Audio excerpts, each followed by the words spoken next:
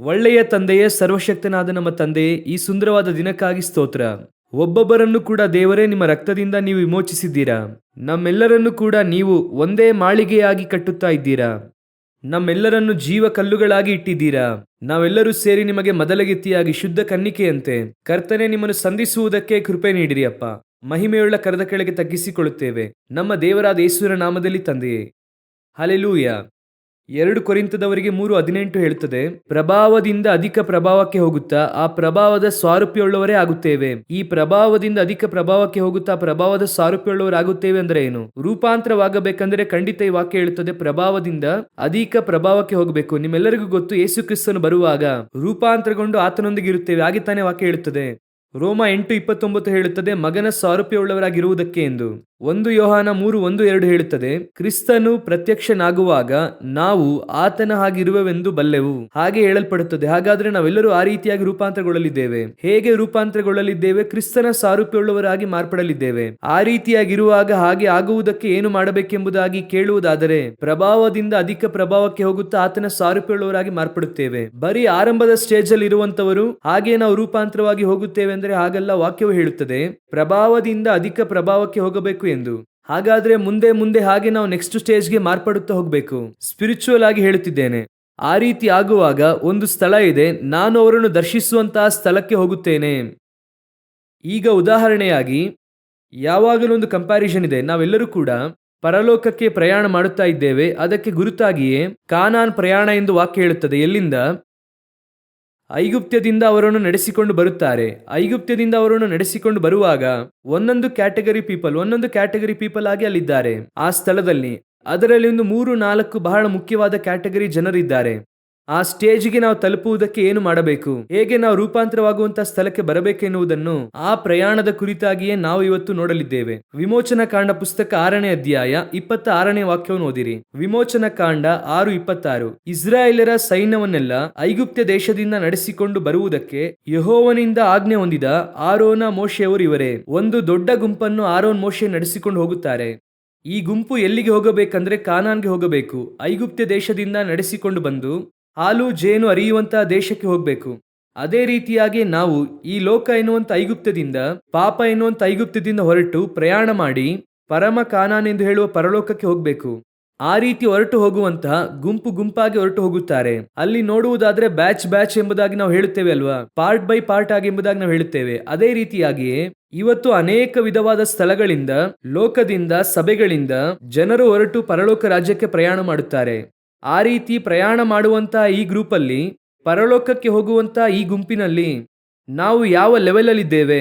ಈಗ ನಿಮ್ಮೆಲ್ಲರಿಗೂ ಕೂಡ ಗೊತ್ತಿರುವಂತಹ ಒಂದು ವಿಷಯವೇ, ಹೊರಡುವಾಗ 6 ಲಕ್ಷ ಪುರುಷರು ಹೊರಟರು ಎಂಬುದಾಗಿ ವಾಕ್ಯವು ಹೇಳುತ್ತದೆ. ಕಾನಾನಿಂದ ಹೊರಡುವಾಗ 6 ಲಕ್ಷ ಗಂಡಸರು ಹೊರಟರು. ಆದರೆ ಹೊರಟು ಬಂದವರಲ್ಲಿ ಹೋಗಿ ಸೇರಿದಂತವರು 2 ಮಾತ್ರವೇ. ಯೆಹೋಶುವನು ಕಾಲೇಬನು 2 ಮಾತ್ರ ಹೋಗಿ ಸೇರಿದರು. ಅವರನ್ನು ಬಿಟ್ಟು ಹೊರಟು ಬಂದವರಲ್ಲಿ ಮೋಶೆ ಆರೋನನನ್ನು ಒಳಗೊಂಡು ಯಾರೂ ಕಾನಾನ್ಗೆ ಹೋಗಲಿಲ್ಲ. ಮಾರ್ಗ ಮಧ್ಯದಲ್ಲಿ ಹುಟ್ಟಿದವರು ಮಾತ್ರ ಅಲ್ಲಿ ಹೋದರು. ಹೊರಟು ಬಂದವರಲ್ಲಿ 2 ಮಾತ್ರವೇ ಹೋದರು. ಹಾಗಾದ್ರೆ ಈ ಪ್ರಯಾಣದಲ್ಲಿ ನೋಡುವುದಾದರೆ, ಹೊರಟು ಬಂದವರಲ್ಲಿ ಆವರೇಜ್ ನೋಡುವುದಾದರೆ 6 ಲಕ್ಷ ಗಂಡಸರಲ್ಲಿ 2 ಮಾತ್ರವೇ ಹೋಗಿದ್ದಾರೆ. ರೇಷಿಯೋ ನೋಡುವುದಾದ್ರೆ 0.00ದಲ್ಲಿ ಹೋಗುತ್ತದೆ. ಆನಂತರ ನಡುವೆ ಕೆಲವರು ಹುಟ್ಟಿದರು, ಅವರು ಹೋದರು. ದೊಡ್ಡ ಗುಂಪು, ಒಂದು ಸೈನ್ಯ ಒಳಗೆ ಹೋಯಿತು, ಅದೆಲ್ಲ ಓಕೆನೆ. ಹೊರಟು ಬಂದಂತ ಆ ಗುಂಪಿನಲ್ಲಿ ನೋಡುವುದಾದ್ರೆ 2 ಮಾತ್ರವೇ. ಇವರೆಲ್ಲ ಹೋಗದೇ ಇರುವುದಕ್ಕೆ ಏನು ಕಾರಣ? ಇದರಲ್ಲಿ ಯಾಕೆ ಇದೆಲ್ಲ ನಡೆದಿದೆ? ಹಾಗಾದರೆ ಈ ರೂಪಾಂತರವಾಗುವುದು, ಹೆವೆನ್ಗೆ ಹೋಗುವಂಥದ್ದು, ಕಾನಾನ್ಗೆ ಪ್ರವೇಶಿಸುವುದು ಎನ್ನುವುದರಲ್ಲಿ ನಮ್ಮ ಸ್ಟೇಜ್ ಏನು? ಆ ರೀತಿ ನೋಡುವುದಾದರೆ ಈ 6 ಲಕ್ಷ ಗಂಡಸರು, ಹೆಂಗಸರು, ಮಕ್ಕಳು ಎಲ್ಲರೂ ಕೂಡ ಹೊರಟು ಬರುತ್ತಾರೆ. ಇದರಲ್ಲಿ ಬಹುತೇಕವಾದ ಜನರು ಎಂಥವರಾಗಿದ್ದರು ಎಂಬುದಾಗಿ ನೀವು ಓದಿರಿ. ವಿಮೋಚನಾ ಕಾಂಡ ಪುಸ್ತಕ 32ನೇ ಅಧ್ಯಾಯ 6ನೇ ವಾಕ್ಯವನ್ನು ಓದಿರಿ. ವಿಮೋಚನಾ ಕಾಂಡ ಪುಸ್ತಕ 32ನೇ ಅಧ್ಯಾಯ 6ನೇ ವಾಕ್ಯ. ಆದುದರಿಂದ ಮರುದಿನದಲ್ಲಿ ಜನರು ಬೆಳಗ್ಗೆ ಎದ್ದು ಸರ್ವಾಂಗ ಹೋಮಗಳನ್ನು, ಸಮಾಧಾನ ಯಜ್ಞಗಳನ್ನು ಸಮರ್ಪಿಸಿದರು. ಜನರು ಉಣ್ಣುವುದಕ್ಕೂ ಕುಡಿಯುವುದಕ್ಕೂ ಕೂತುಕೊಂಡರು. ಆಮೇಲೆ ಎದ್ದು ಕುಣಿದಾಡಿದರು. ಇದೇ ಬಹುತೇಕವಾದ ಗುಂಪು. ಓಡುವಂತಹ ಗುಂಪಿನಲ್ಲಿ ಬಹುತೇಕ ಗುಂಪು, ಲೇವಿ ಕುಲವನ್ನು ಹೊರತುಪಡಿಸಿ ಬಹುತೇಕ ಜನರು ಎಂಥವರಾಗಿದ್ದರು ಎಂಬುದಾಗಿ ನೀವು ಕೇಳುವುದಾದರೆ, ಉಣ್ಣುತ್ತಾ ಕುಡಿಯುತ್ತಾ ಕೂತುಕೊಂಡು ಕುಣಿದಾಡುವುದಕ್ಕೆ ಎದ್ದರು. ಆದರೆ ಅಲ್ಲಿ ವಾಕ್ಯ ಏನು ಹೇಳುತ್ತದೆ? ಮರುದಿನ ಜನರು ಬೆಳಗ್ಗೆ ಎದ್ದು ಸರ್ವಾಂಗ ಹೋಮಗಳನ್ನು, ಸಮಾಧಾನ ಯಜ್ಞಗಳನ್ನು ಸಮರ್ಪಿಸಿದರು. ಹಾಗಂದ್ರೆ ಏನರ್ಥ? ಅವನು ಮಾಡಬೇಕಾಗಿರುವಂತಹ ಸ್ಪಿರಿಚುವಲ್ ಆಕ್ಟಿವಿಟೀಸ್ ಅಲ್ಲಿ ಕರೆಕ್ಟ್ ಆಗಿದ್ದಾನೆ. ಅವನ ಸ್ಪಿರಿಚುವಲ್ ಆಕ್ಟಿವಿಟಿ ಹೇಗಿದೆ? ಕರೆಕ್ಟ್ ಆಗಿ ಇದೆ. ಚರ್ಚಿಗೆ ಹೋಗುವುದು, ದಶಮ ಭಾಗ ಕಾಣಿಕೆ ಕೊಡುವುದು, ಆನಂತರ ಭಾನುವಾರ ಆರಾಧನೆಗೆ ಹೋಗುವುದು ಎಲ್ಲವೂ ಕೂಡ ಕರೆಕ್ಟ್ ಆಗಿ ಇದೆ. ಆದರೆ ಅವರ ಬಳಿಯಲ್ಲಿ ಇನ್ನೊಂದು ಕೂಡ ಇದೆ. ಉಣ್ಣುತ್ತಾ ಕುಡಿಯುತ್ತಾ ಕೂತುಕೊಂಡು ಕುಣಿದಾಡುವುದಕ್ಕೆ ಎದ್ದು ನಿಂತರು. ಇವರ ಪ್ಯಾಟ್ರನ್ ಏನು? ನಾನು ಕರೆಕ್ಟ್ ಆಗಿ ಬೆಳಗ್ಗೆನೆ ಎದ್ದು ಪ್ರಾರ್ಥನೆ ಮಾಡ್ದೇರಿ, ಆನಂತರ ಫುಲ್ ಟಿವಿ ನೋಡ್ತಾನೆ. ನಾನು ಬೆಳಗ್ಗೆನೆ ಎದ್ದು ಬೈಬಲ್ ಓದ್ದೇರಿ, ಆನಂತರವಾಗಿ ಕೂತುಕೊಂಡು ಅವರ ಇಷ್ಟದಂತೆ ಲೌಕಿಕವಾದ ಕಾರ್ಯಗಳಲ್ಲಿ ಜೋಡಾಗಿರುತ್ತಾರೆ. ಏನೆಂದು ಕೇಳಿ ನೋಡಿ, ನಾನು ಬೆಳಗ್ಗೆನೆ ಪ್ರಾರ್ಥನೆ ಮಾಡಿದೆ, ನಾನು ಬೆಳಗ್ಗೆನೆ ಎದ್ದು ಬೈಬಲ್ ಓದ್ದೆ, ಅಷ್ಟೇ. ಅವರ ಆತ್ಮೀಕವಾದ ಜವಾಬ್ದಾರಿ ಮುಗಿದೋಯ್ತು ಅಂದುಕೊಳ್ಳುತ್ತಾರೆ. ಅದು ಮುಗಿಯಿತು ಅಂದ್ರೆ ಏನ್ ಬೇಕಾದ್ರೂ ಮಾಡುತ್ತಾರೆ. ಅದರ ಅರ್ಥ ಏನು? ಇವನು ಒಬ್ಬ ರಿಲಿಜಿಯಸ್, ಇವನು ಒಬ್ಬ ಧಾರ್ಮಿಕವಾದ ವ್ಯಕ್ತಿಯೇ ಬಿಟ್ಟರೆ ಸ್ಪಿರಿಚುವಲ್ ಇಲ್ಲ, ಆತ್ಮೀಕ ಉಳ್ಳವನು ಇಲ್ಲ. ಇವನ ಒಳಗೆ ಬದಲಾವಣೆ ಇಲ್ಲ. ಕಾನಾನ್ಗೆ ಹೋಗಬೇಕಾದವನು ನಡುವೆ ಮಾರ್ಗದಲ್ಲಿ ಕೂತುಕೊಂಡನೆಂದು ವಾಕ್ಯ ಹೇಳುತ್ತದೆ. ಅವರು ಉಣ್ಣುತ್ತಾ ಕುಡಿಯುತ್ತಾ ಕೂತುಕೊಂಡು, ಯಾಕಪ್ಪ ಎದ್ದಿದ್ಯಾ ಅಂದ್ರೆ ಕುಣಿದಾಡುವುದಕ್ಕೆ ಎದ್ದಿದೆ ಅನ್ನುತ್ತಾನೆ. ಎದ್ದು ನಿಂತವನು ಕಾನಾನ್ಗೆ ಹೋಗುವುದಕ್ಕೋಸ್ಕರವಾಗಿ ಎದ್ದು ನಿಲ್ಲಲಿಲ್ಲ, ಕುಣಿದಾಡುವುದಕ್ಕೆ ನಿಂತರು. ಪ್ರಯಾಣ ಮಾಡುವವನು ಕೂತುಕೊಳ್ಳಬಾರದು. ಒಂದು ದೊಡ್ಡ ವಿಷಯ ಬೈಬಲ್ನಲ್ಲಿ ದೇವರ ಕುರಿತು ನೋಡ್ರಿ, ದೇವರಿಗೆ ಇಷ್ಟವಾಗದೇ ಇರುವ ವಿಷಯ ಮಾರ್ಗದಲ್ಲೇ ಕೂತು ಮಲಗುವುದು. ಅದು ಜೈಲಿನಲ್ಲಿ ಮಲಗುದ್ರು ಇಷ್ಟವಾಗುವುದಿಲ್ಲ, ಹಡಗಿನಲ್ಲಿ ಮಲಗುದ್ರು ಕೂಡ ಇಷ್ಟವಾಗುವುದಿಲ್ಲ, ಅಥವಾ ಜಾಲಿಗಿಡದ ಕೆಳಗೆ ಮಲಗುದ್ರು ಇಷ್ಟವಾಗುವುದಿಲ್ಲ. ಕೂಡಲೇ ಇನ್ನೊಬ್ಬರನ್ನಿಟ್ಟು ದೇವರು ಎಬ್ಬಿಸುತ್ತಾರೆ. ಇಮಿಡಿಯೇಟ್ ಆಗಿ ಜೈಲಿನಲ್ಲಿ ಮಲಗುದ್ರೆ ದೂತನ ಮೂಲಕ ಎಬ್ಬಿಸುತ್ತಾರೆ ಪೇತ್ರನನ್ನು, ಅಥವಾ ಹಡಗಿನಲ್ಲಿ ಮಲಗುದ್ರೆ ಯೋನಾನನ್ನು ಎಬ್ಬಿಸುತ್ತಾರೆ. ಜಾಲಿ ಗಿಡದ ಕೆಳಗೆ ಮಲಗುದ್ರೆ ಅಲ್ಲಿ ಎಲಿಯನನ್ನು ಎಬ್ಬಿಸುತ್ತಾರೆ ದೂತನ ಮೂಲಕ. ಅವರಿಗೆ ಇಷ್ಟವಿಲ್ಲ. ಅದರ ಅರ್ಥ ಏನು? ಅವ್ರು ಹೇಳುವಂತ ಮಾತೇನು? ನೀನು ಮಾಡಬೇಕಾದ ಪ್ರಯಾಣ ಬಹಳ ದೂರ. ನಾವು ಒಂದು ಪ್ರಯಾಣದಲ್ಲಿದ್ದೇವೆ, ಕಾನಾನಿನ ಪ್ರಯಾಣದಲ್ಲಿದ್ದೇವೆ, ಪರಲೋಕದ ಪ್ರಯಾಣದಲ್ಲಿದ್ದೇವೆ. ಅದರ ನಡುವೆ ನಾವು ಕೂತುಕೊಂಡು ಮಲಗುವುದಕ್ಕೋ ಕುಣಿದಾಡುವುದಕ್ಕೋ ಇಲ್ಲಿ ಸಮಯವಿಲ್ಲ. ಸ್ಪಿರಿಚುವಲ್ ಆಗಿ ನಾವು ಹೋಗುತ್ತಾ ಇದ್ದೇವೆ. ಅದು ಈ ಕಾಲ, ಕಡೆಯ ಕಾಲ, ಸಂಪೂರ್ಣವಾಗಿ ಸ್ಪಿರಿಚುವಲ್ ಆಗಿ ಮಾತ್ರ ಥಿಂಕ್ ಮಾಡಬೇಕಾದ ಕಾಲ. ಕಾರಣ ಏನೆಂದರೆ ಯಾವುದೇ ನಿಮಿಷದಲ್ಲಾದ್ರೂ ದೇವರ ಬರೋಣ ಇರುತ್ತದೆ ಎಂಬುದಾಗಿ ನಾವು ಎದುರು ನೋಡುತ್ತಿದ್ದೇವೆ. ರೂಪಾಂತರವಾಗಬೇಕಾದವರು ಈಗ ಲೋಕದ ಹಿಂದೆ ಹೋಗಿ ಉಣ್ಣುತ್ತಾ ಕುಡಿಯುತ್ತಾ ಜಾಲಿಯಾಗಿರುತ್ತಾ ಕೇಳಿದ್ರೆ ನೋಡಿ, ನಾನೆಲ್ಲ ಚರ್ಚಿಗೆ ಕರೆಕ್ಟ್ ಆಗಿ ಹೋಗುತ್ತೇನೆ ಅವ್ರು ಹೇಳುವುದು. ಕರೆಕ್ಟ್ ಆಗಿ ಚರ್ಚಿಗೆ ಹೋಗುತ್ತೇನೆ, ಒಂದು ವಾರವೂ ಮಿಸ್ ಮಾಡುವುದಿಲ್ಲ. ಆದರೆ ಆ ನಂತರ ನೀವು ಹೇಳಿ ನೋಡಿ, ಕ್ರಿಸ್ಮಸ್ಗೆ ಬರುತ್ತೇನೆ, ನ್ಯೂ ಇಯರ್ಗೆ ಬರುತ್ತೇನೆ, ಈಸ್ಟರ್ಗೆ ಬರುತ್ತೇನೆ, ಎಲ್ಲ ಕರೆಕ್ಟ್ ಆಗಿದೆ. ಆನಂತರ ಅಷ್ಟೇನೆ, ಬೇರೇನಿದೆ? ಅವರ ಒಳಗೆ ಆ ಕಾನಾನಿನ ಕುರಿತಾದಂತಹ ಭಾರ ಇಲ್ಲ, ಆ ಪ್ರಯಾಣದ ಕುರಿತಾದಂತಹ ಭಾರ ಇಲ್ಲ. ಜಾಲಿಯಾಗಿದ್ದಾನೆ. ಹೇಗೆ ಸಾಧ್ಯ ಅಂತ ಗೊತ್ತಿಲ್ಲ. ಅರಣ್ಯದಲ್ಲಿ ಜಾಲಿಯಾಗಿದ್ದಾನೆ. ಅನೇಕ ಸಮಯದಲ್ಲಿ ನಾವು ಹೋಗಬೇಕಾದ ಡೆಸ್ಟಿನೇಷನ್ ಸೇರಿ ನಾವು ಬೇರೆ ಕೆಲಸ ಮಾಡಬೇಕು. ನಡುವೆ ಹಾಗೆ ನಾವು ಡೈವರ್ಟ್ ಆಗಿ ಬೇರೆ ಕಾರ್ಯಗಳಲ್ಲಿ ಹೋಗುವುದು ಸ್ಪಿರಿಚುವಲ್ ಆಗಿ ಇದು ಬಹಳ ದೊಡ್ಡ ತಪ್ಪು. ಇವತ್ತು ಸೈತಾನನು ಆ ಕಾರ್ಯವನ್ನು ಮಾಡುತ್ತಾನೆ. ನೀನು ಮಾಡಬೇಕಾದ ಪ್ರಾರ್ಥನೆ ಮಾಡು, ಓದಬೇಕಾದ ಬೈಬಲ್ ಅನ್ನು ಓದು, ಚರ್ಚಿಗೆ ಸರಿಯಾಗಿ ಹೋಗಿದ್ದಾಯ್ತು. ಅದನ್ನು ಬಿಟ್ರೆ ಬೇರೆ ಏನ್ ಬೇಕಾದ್ರೂ ಮಾಡು. ವಿಡಿಯೋ ಗೇಮ್ಸ್ ಆಡು, ಫ್ರೆಂಡ್ಸ್ ಒಂದಿಗೆ ಅರಟೆ ಹೊಡಿಬೇಕಾ ಅಥವಾ ಲೌಕಿಕವಾದ ಕಾರ್ಯ ಮಾಡ್ಬೇಕಾ, ಅದನ್ನೆಲ್ಲ ಮಾಡು. ಏನಾದ್ರೂ ಕೇಳಿದ್ರೆ ನಾನು ಕರೆಕ್ಟ್ ಆಗಿ ಚರ್ಚ್ಗೆ ಹೋಗ್ತೇನೆ. ಇದನ್ನು ಇಟ್ಟುಕೊಂಡು ಅವರ ತಪ್ಪನ್ನು ಮರೆ ಮಾಡುವಂತ ಒಂದು ಗುಂಪಿದೆ. ಉಣ್ಣುತ್ತಾ ಕುಡಿಯುತ್ತಾ ಇವರಿಗೆ ಲೋಕ ಪ್ರಕಾರವಾದ ಎಲ್ಲವನ್ನು ಮಾಡಬೇಕು. ಆದ್ರೆ ಇದನ್ನು ಮಾಡಿ ಆ ಬೈಬಲ್ ಓದುವುದು, ಪ್ರಾರ್ಥನೆ ಮಾಡುವುದು, ಚರ್ಚ್ಗೆ ಹೋಗುವುದು ಒಂದು ಶೀಲ್ಡ್ನ ಹಾಗೆ ಇಟ್ಟಿರುತ್ತಾರೆ. ನೀವು ಪಾಸ್ಟರ್ ಅನ್ನ ಕೇಳಿ ನೋಡಿ, ನಾವು ಕರೆಕ್ಟ್ ಆಗಿ ಚರ್ಚಿಗೆ ಬರುತ್ತೇವೆ. ಹೌದು, ಕರೆಕ್ಟ್ ಆಗಿ ಚರ್ಚಿಗೆ ಬರುತ್ತೀರಾ, ಬಂದು ಏನ್ ಮಾಡಿದ್ರಿ? ಏನ್ ಬದಲಾವಣೆ ಆಯ್ತು? ಈ ಬರೋಣದಲ್ಲಿ ಹೋಗುವುದಕ್ಕೋ ಅಥವಾ ಕ್ರಿಸ್ತನನ್ನು ಸಂಧಿಸುವುದಕ್ಕೋ ಅಥವಾ ನಿಮ್ಮ ಆತ್ಮಿಕ ಜೀವಿತದ ದರ್ಶನವನ್ನು ನೆರವೇರಿಸುವುದಕ್ಕೆ ನೀವೇನ್ ಮಾಡಿದ್ರಿ? ಇಲ್ಲ ರೀ, ಅದು ಬೇರೆ. ನಮ್ಮ ಪಾಡಿಗೆ ನಾವು ಕೆಲಸ ಮಾಡುತ್ತಾ ಸಂಪಾದನೆ ಮಾಡಿ ಮಕ್ಕಳು ಮೊಮ್ಮಕ್ಕಳನ್ನು ನೋಡಿ ಅವರಿಗೆ ಆಸ್ತಿ ಮಾಡಿಟ್ಟು ಹೋಗಿ ಇಲ್ಲ. ಇದುವೇ ಉಣ್ಣುತ್ತಾ ಕುಡಿಯುತ್ತಾ ಕುಣಿದಾಡುವುದು. ಸತ್ಯವೇದ ಹೇಳುತ್ತದೆ, ಪರಲೋಕ ರಾಜ್ಯವು ಏನಲ್ವಂತೆ? ರೋಮಾಪುರದವರಿಗೆ 14:17 ಓದಿರಿ. ಯಾಕಂದ್ರೆ ತಿನ್ನುವುದು ಕುಡಿಯುವುದು ದೇವರ ರಾಜ್ಯವಲ್ಲ, ನೀತಿಯು ಸಮಾಧಾನವು ಪವಿತ್ರಾತ್ಮನಿಂದಾಗುವ ಆನಂದವೂ ಆಗಿದೆ. ನಿಮಗೆ ತಿನ್ನುವುದು ಕುಡಿಯುವುದರಲ್ಲಿ ಸಂತೋಷ ಇದೆ, ಇಲ್ಲ ಎಂದು ಹೇಳುತ್ತಿಲ್ಲ. ತಿನ್ನುವುದು ಕುಡಿಯುವುದು ಲೋಕ ಪ್ರಕಾರವಾದ ಕಾರ್ಯಗಳಲ್ಲಿ ತೊಡಗಿಸಿಕೊಳ್ಳುವುದು, ಅದರಲ್ಲಿ ಸಂತೋಷ ಪಡುವುದು, ಅದರಲ್ಲಿ ಒಂದು ಆನಂದ ಇದೆ, ಅದರಲ್ಲಿ ಯಾವುದೇ ಸಂದೇಹವಿಲ್ಲ. ಆದರೆ ಆ ಒಂದು ಸಂತೋಷವಲ್ಲ, ಪವಿತ್ರಾತ್ಮನಿಂದ ಉಂಟಾಗುವಂತ ಆನಂದವೂ ಇದೆ. ಇದನ್ನು ನೀವು ಫೀಲ್ ಮಾಡಿದ್ರೆ ಮಾತ್ರವೇ, ಅಥವಾ ಇದರ ಒಳಗೆ ನೀವು ಹಾದು ಹೋದಾಗ ಮಾತ್ರವೇ ಇದರ ಡಿಫರೆನ್ಸ್ ನಿಮಗೆ ಗೊತ್ತಾಗುತ್ತದೆ. ಖಂಡಿತವಾಗಿ ನೀವು ಪಾಪ ಮಾಡುವಾಗ ಅದರೊಳಗೆ ಒಂದು ಸಂತೋಷ ಇದೆ. ಆತ್ಮೀಕ ಉಳ್ಳವರಿಗೆ ಹೇಳುತ್ತೇನೆ, ಇಲ್ಲಿ ಯಾರು ಕೂಡ ಪಾಪವನ್ನು ದುಃಖದಿಂದ ಮಾಡುತ್ತಿಲ್ಲ. ಅಯ್ಯೋ ಪಾಪ ಮಾಡಬೇಕಾಗಿದೆಯಲ್ಲ ಎಂಬುದಾಗಿ ಯಾರು ಕೂಡ ಇಲ್ಲಿ ಪಾಪ ಮಾಡುವುದಿಲ್ಲ. ಪಾಪ ಮಾಡುವಾಗ ಅವನಿಗೆ ಅದರಲ್ಲಿ ಏನಿದೆ? ಅದರಲ್ಲಿ ಸಂತೋಷ ಇದೆ. ಮಾಡಿ ಮುಗಿಸಿದ ನಂತರವೇ ಅವನಿಗೆ ದುಃಖ ಇದೆ. ಮಾಡಿದ ನಂತರವಾಗಿ ಒಂದು ತಪ್ಪಿತಸ್ಥ ಮನೋಭಾವನೆ ಬರುತ್ತೆ, ಅಯ್ಯೋ ನಾನು ಪಾಪ ಮಾಡಿದೆ ಅಂತ. ಆದ್ರೆ ಮಾಡುವಾಗ ಅದರಲ್ಲಿ ಏನಿದೆ? ಅವನಿಗೆ ಅದರಲ್ಲಿ ಸಂತೋಷ ಇದೆ. ಇದು ಶರೀರ ಪ್ರಕಾರವಾಗಿ ಉಂಟಾಗುವ ಸಂತೋಷ. ಆದರೆ ವಾಕ್ಯ ಹೇಳುತ್ತದೆ, ಪವಿತ್ರಾತ್ಮನಿಂದ ಉಂಟಾಗುವಂತ ಆನಂದವೂ ಇದೆ. ತಿನ್ನುವುದರಿಂದ ಕುಡಿಯುವುದರಿಂದ ಬರುವಂತಹ ಸಂತೋಷವಲ್ಲ, ಲೋಕದಲ್ಲಿ ನೀನು ಅನುಭವಿಸುವುದರಿಂದ ಬರುವಂತಹ ಸಂತೋಷವಲ್ಲ. ಲೋಕದಲ್ಲಿ ಯಾವುದೆಲ್ಲ ಜಾಲಿಯಾಗಿದೆಯೋ ಅದು ಪಾಪವಲ್ಲ. ಅನೇಕರಲ್ಲಿ ಒಂದು ಸಮಸ್ಯೆ ಇದೆ. ಈಗ ನಾನು ಹೇಳುತ್ತಿರುವುದು ಪಾಪದಿಂದ ಬರುವಂತಹ ಸಂತೋಷ ಎನ್ನುವಂಥದ್ದು ಬೇರೆ. ನೀವು ಕರ್ತನ ಚಿತ್ತವನ್ನು ಮಾಡದೆ ಬೇರೆ ಒಂದು ಚಿತ್ತವನ್ನು ಮಾಡುತ್ತೀರಾ ಅಲ್ವಾ? ಆಗಲೂ ಅದರಲ್ಲಿ ಒಂದು ಸಂತೋಷ ಇದೆ, ಅದೂ ಇದೆ. ಆದರೆ ದೇವರ ಚಿತ್ತವನ್ನು ಮಾಡುವಾಗ ಒಂದು ಸಂತೋಷ ಇದೆ ಅಲ್ವಾ? ಅದಕ್ಕೆ ಇದು ಈಕ್ವಲ್ ಆಗಲ್ಲ. ಅರ್ಥವಾಗುತ್ತಿದೆಯಾ? ನೀವು ಅದನ್ನು ಫೀಲ್ ಮಾಡಿದ್ರೆ ಮಾತ್ರ ಅರ್ಥವಾಗುತ್ತದೆ. ಉದಾಹರಣೆಗೆ, ಯಾರಾದರೂ ನಮ್ಮ ಹತ್ರ ಸ್ಪಿರಿಚುವಲ್ ಆಗಿ ಹೇಳುತ್ತೇನೆ, ಬೆಳಗ್ಗೆ ಮಾತಾಡದೇ ಇದ್ರೆ ನಮಗೆ ದುಃಖವಾಗಿರುತ್ತದೆ ಅಲ್ವಾ? ಬೆಳಗ್ಗೆಯಿಂದ ಫೋನೇ ಬರಲಿಲ್ಲ. ನಾನು ಈಗ ನನ್ನನ್ನು ಇಟ್ಟೇ ಹೇಳುತ್ತೇನೆ, ಯಾರೋ ನಮ್ಮ ಹತ್ರ ದಿನ ಮಾತನಾಡುವವರು ಬೆಳಗ್ಗೆ ಮಾತಾಡಲಿಲ್ಲ, ನಮಗೆ ಸ್ವಲ್ಪ ದುಃಖವಾಗಿರುತ್ತದೆ. ಅಯ್ಯೋ, ಯಾತಕ್ಕಾಗಿ ಮಾತಾಡಲಿಲ್ಲ, ಏನಕ್ಕೆ ಮಾತಾಡಲಿಲ್ಲ ಎಂಬುದಾಗಿ. ಒಂದು ದಿನ ಆ ರೀತಿಯಾದ ಒಂದು ಕಾರ್ಯ ನಡೆಯುವಾಗ ಬೆಳಗ್ಗೆ ಎದ್ದು ಬೈಬಲ್ ಓದುತ್ತಾ ಇದ್ದೇನೆ. ಓದುವಾಗ ನಾನು ಜಕರಿಯ ಪುಸ್ತಕ ಓದುತ್ತಾ ಇದ್ದೇನೆ. ಓದುವಾಗ ಅದರಲ್ಲಿ ಇದುವರೆಗೂ ಕೂಡ ಓದಿದರೂ ಸಿಗದೇ ಇರುವಂತಹ ರೆವಲ್ಯೂಷನ್ ದೇವರು ಕೊಟ್ಟರು. ಅದನ್ನು ಓದುವಾಗ ದೇವರು ಪ್ರಕಟಣೆ ಕೊಟ್ಟರು. ಆ ಪ್ರಕಟಣೆಯು ಸಿಕ್ಕಿ ಅದನ್ನು ಓದಿ ಹಾಗೆ ಅದರ ಕನೆಕ್ಷನ್ ವಾಕ್ಯಗಳನ್ನು ಓದುತ್ತಾ ಈಗ ಇವರು ಮಾತಾಡಲಿಲ್ಲ ಎನ್ನುವಂತ ಒಂದು ದುಃಖ ಇತ್ತಲ್ವಾ? ಆ ದುಃಖವೇ ಮರೆತು ಹೋಯಿತು. ಅದು ಮರೆತು ಹೋಗಿ ಪರಿಶುದ್ಧಾತ್ಮನಿಂದ ಉಂಟಾದ ಸಂತೋಷ ಬಂತು. ಆ ಸಮಯದಲ್ಲಿ ಯಾರೇ ಫೋನ್ ಮಾಡಿದ್ರು ತೆಗೆಯಬೇಕೆಂದು ಅನಿಸಲಿಲ್ಲ. ನಾನು ಹೇಳುವುದು ಅರ್ಥವಾಗುತ್ತಿದೆಯಾ? ಫೋನ್ ಮಾಡಿದಾಗ ಒಂದು ಸಂತೋಷ ಇದೆ. ಇವ್ರು ಫೋನ್ ಮಾಡುತ್ತಾರೆ, ಮಾತಾಡಬೇಕು, ಸಂತೋಷ ಇದೆ. ಆ ಸಂತೋಷಕ್ಕಿಂತಲೂ ಈ ಸತ್ಯವೇದವನ್ನು ಓದುವಾಗ, ಧ್ಯಾನಿಸುವಾಗ, ಒಂದು ಪ್ರಕಟಣೆ ಸಿಕ್ಕುವಾಗ, ಪ್ರಾರ್ಥನೆಯಲ್ಲಿರುವಾಗ, ಆತ್ಮನಿಂದ ತುಂಬಲ್ಪಟ್ಟಿರುವಾಗ, ದೇವರಾತ್ಮನು ನಿಮ್ಮೊಂದಿಗೆ ಮಾತನಾಡುವಾಗ ಅದೇ ಸಂತೋಷ ಕೊಡುವ ಫೋನ್ ಬಂದರೂ ಕೂಡ ನೀವು ತೆಗೆಯುವುದಿಲ್ಲ. ಯಾಕಂದ್ರೆ ಅದಕ್ಕಿಂತ ಮೇಲಾದ ಸಂತೋಷವೂ ಇದೇನೆ. ಅದೇ ಆತ್ಮನಿಂದ ಉಂಟಾಗುವ ಸಂತೋಷ. ಈ ಸಂತೋಷ ಇರುವವನಿಗೆ ಉಣ್ಣುವುದು ಕುಡಿಯುವುದು ಸಂತೋಷವಾಗಿ ಇರುವುದಿಲ್ಲ. ಈ ಸಂತೋಷ ಇರುವವನಿಗೆ ಎದ್ದು ಕುಣಿದಾಡುವಂಥದ್ದು ಸಂತೋಷವಾಗಿರುವುದಿಲ್ಲ. ಈ ಸಂತೋಷವನ್ನು ಅನುಭವಿಸದೇ ಇರುವವನಿಗೆ ಇದು ಸಂತೋಷವಾಗಿರುತ್ತದೆ. ಮತ್ತೆ ಹೇಳುತ್ತೇನೆ, ಇದು ಪಾಪವಲ್ಲ, ತಿನ್ನುವುದು ಕುಡಿಯುವುದು ಪಾಪವಲ್ಲ. ಆದರೆ ಇದಕ್ಕಿಂತ ಮೇಲಾದ ಸಂತೋಷವನ್ನು ಅನುಭವಿಸಬೇಕಾಗಿರುವ ನೀವು ಅದನ್ನು ಅನುಭವಿಸದೆ ಇದನ್ನು ಸಂತೋಷವಾಗಿ ನೆನೆಸುತ್ತೀರಾ ಅಲ್ವಾ?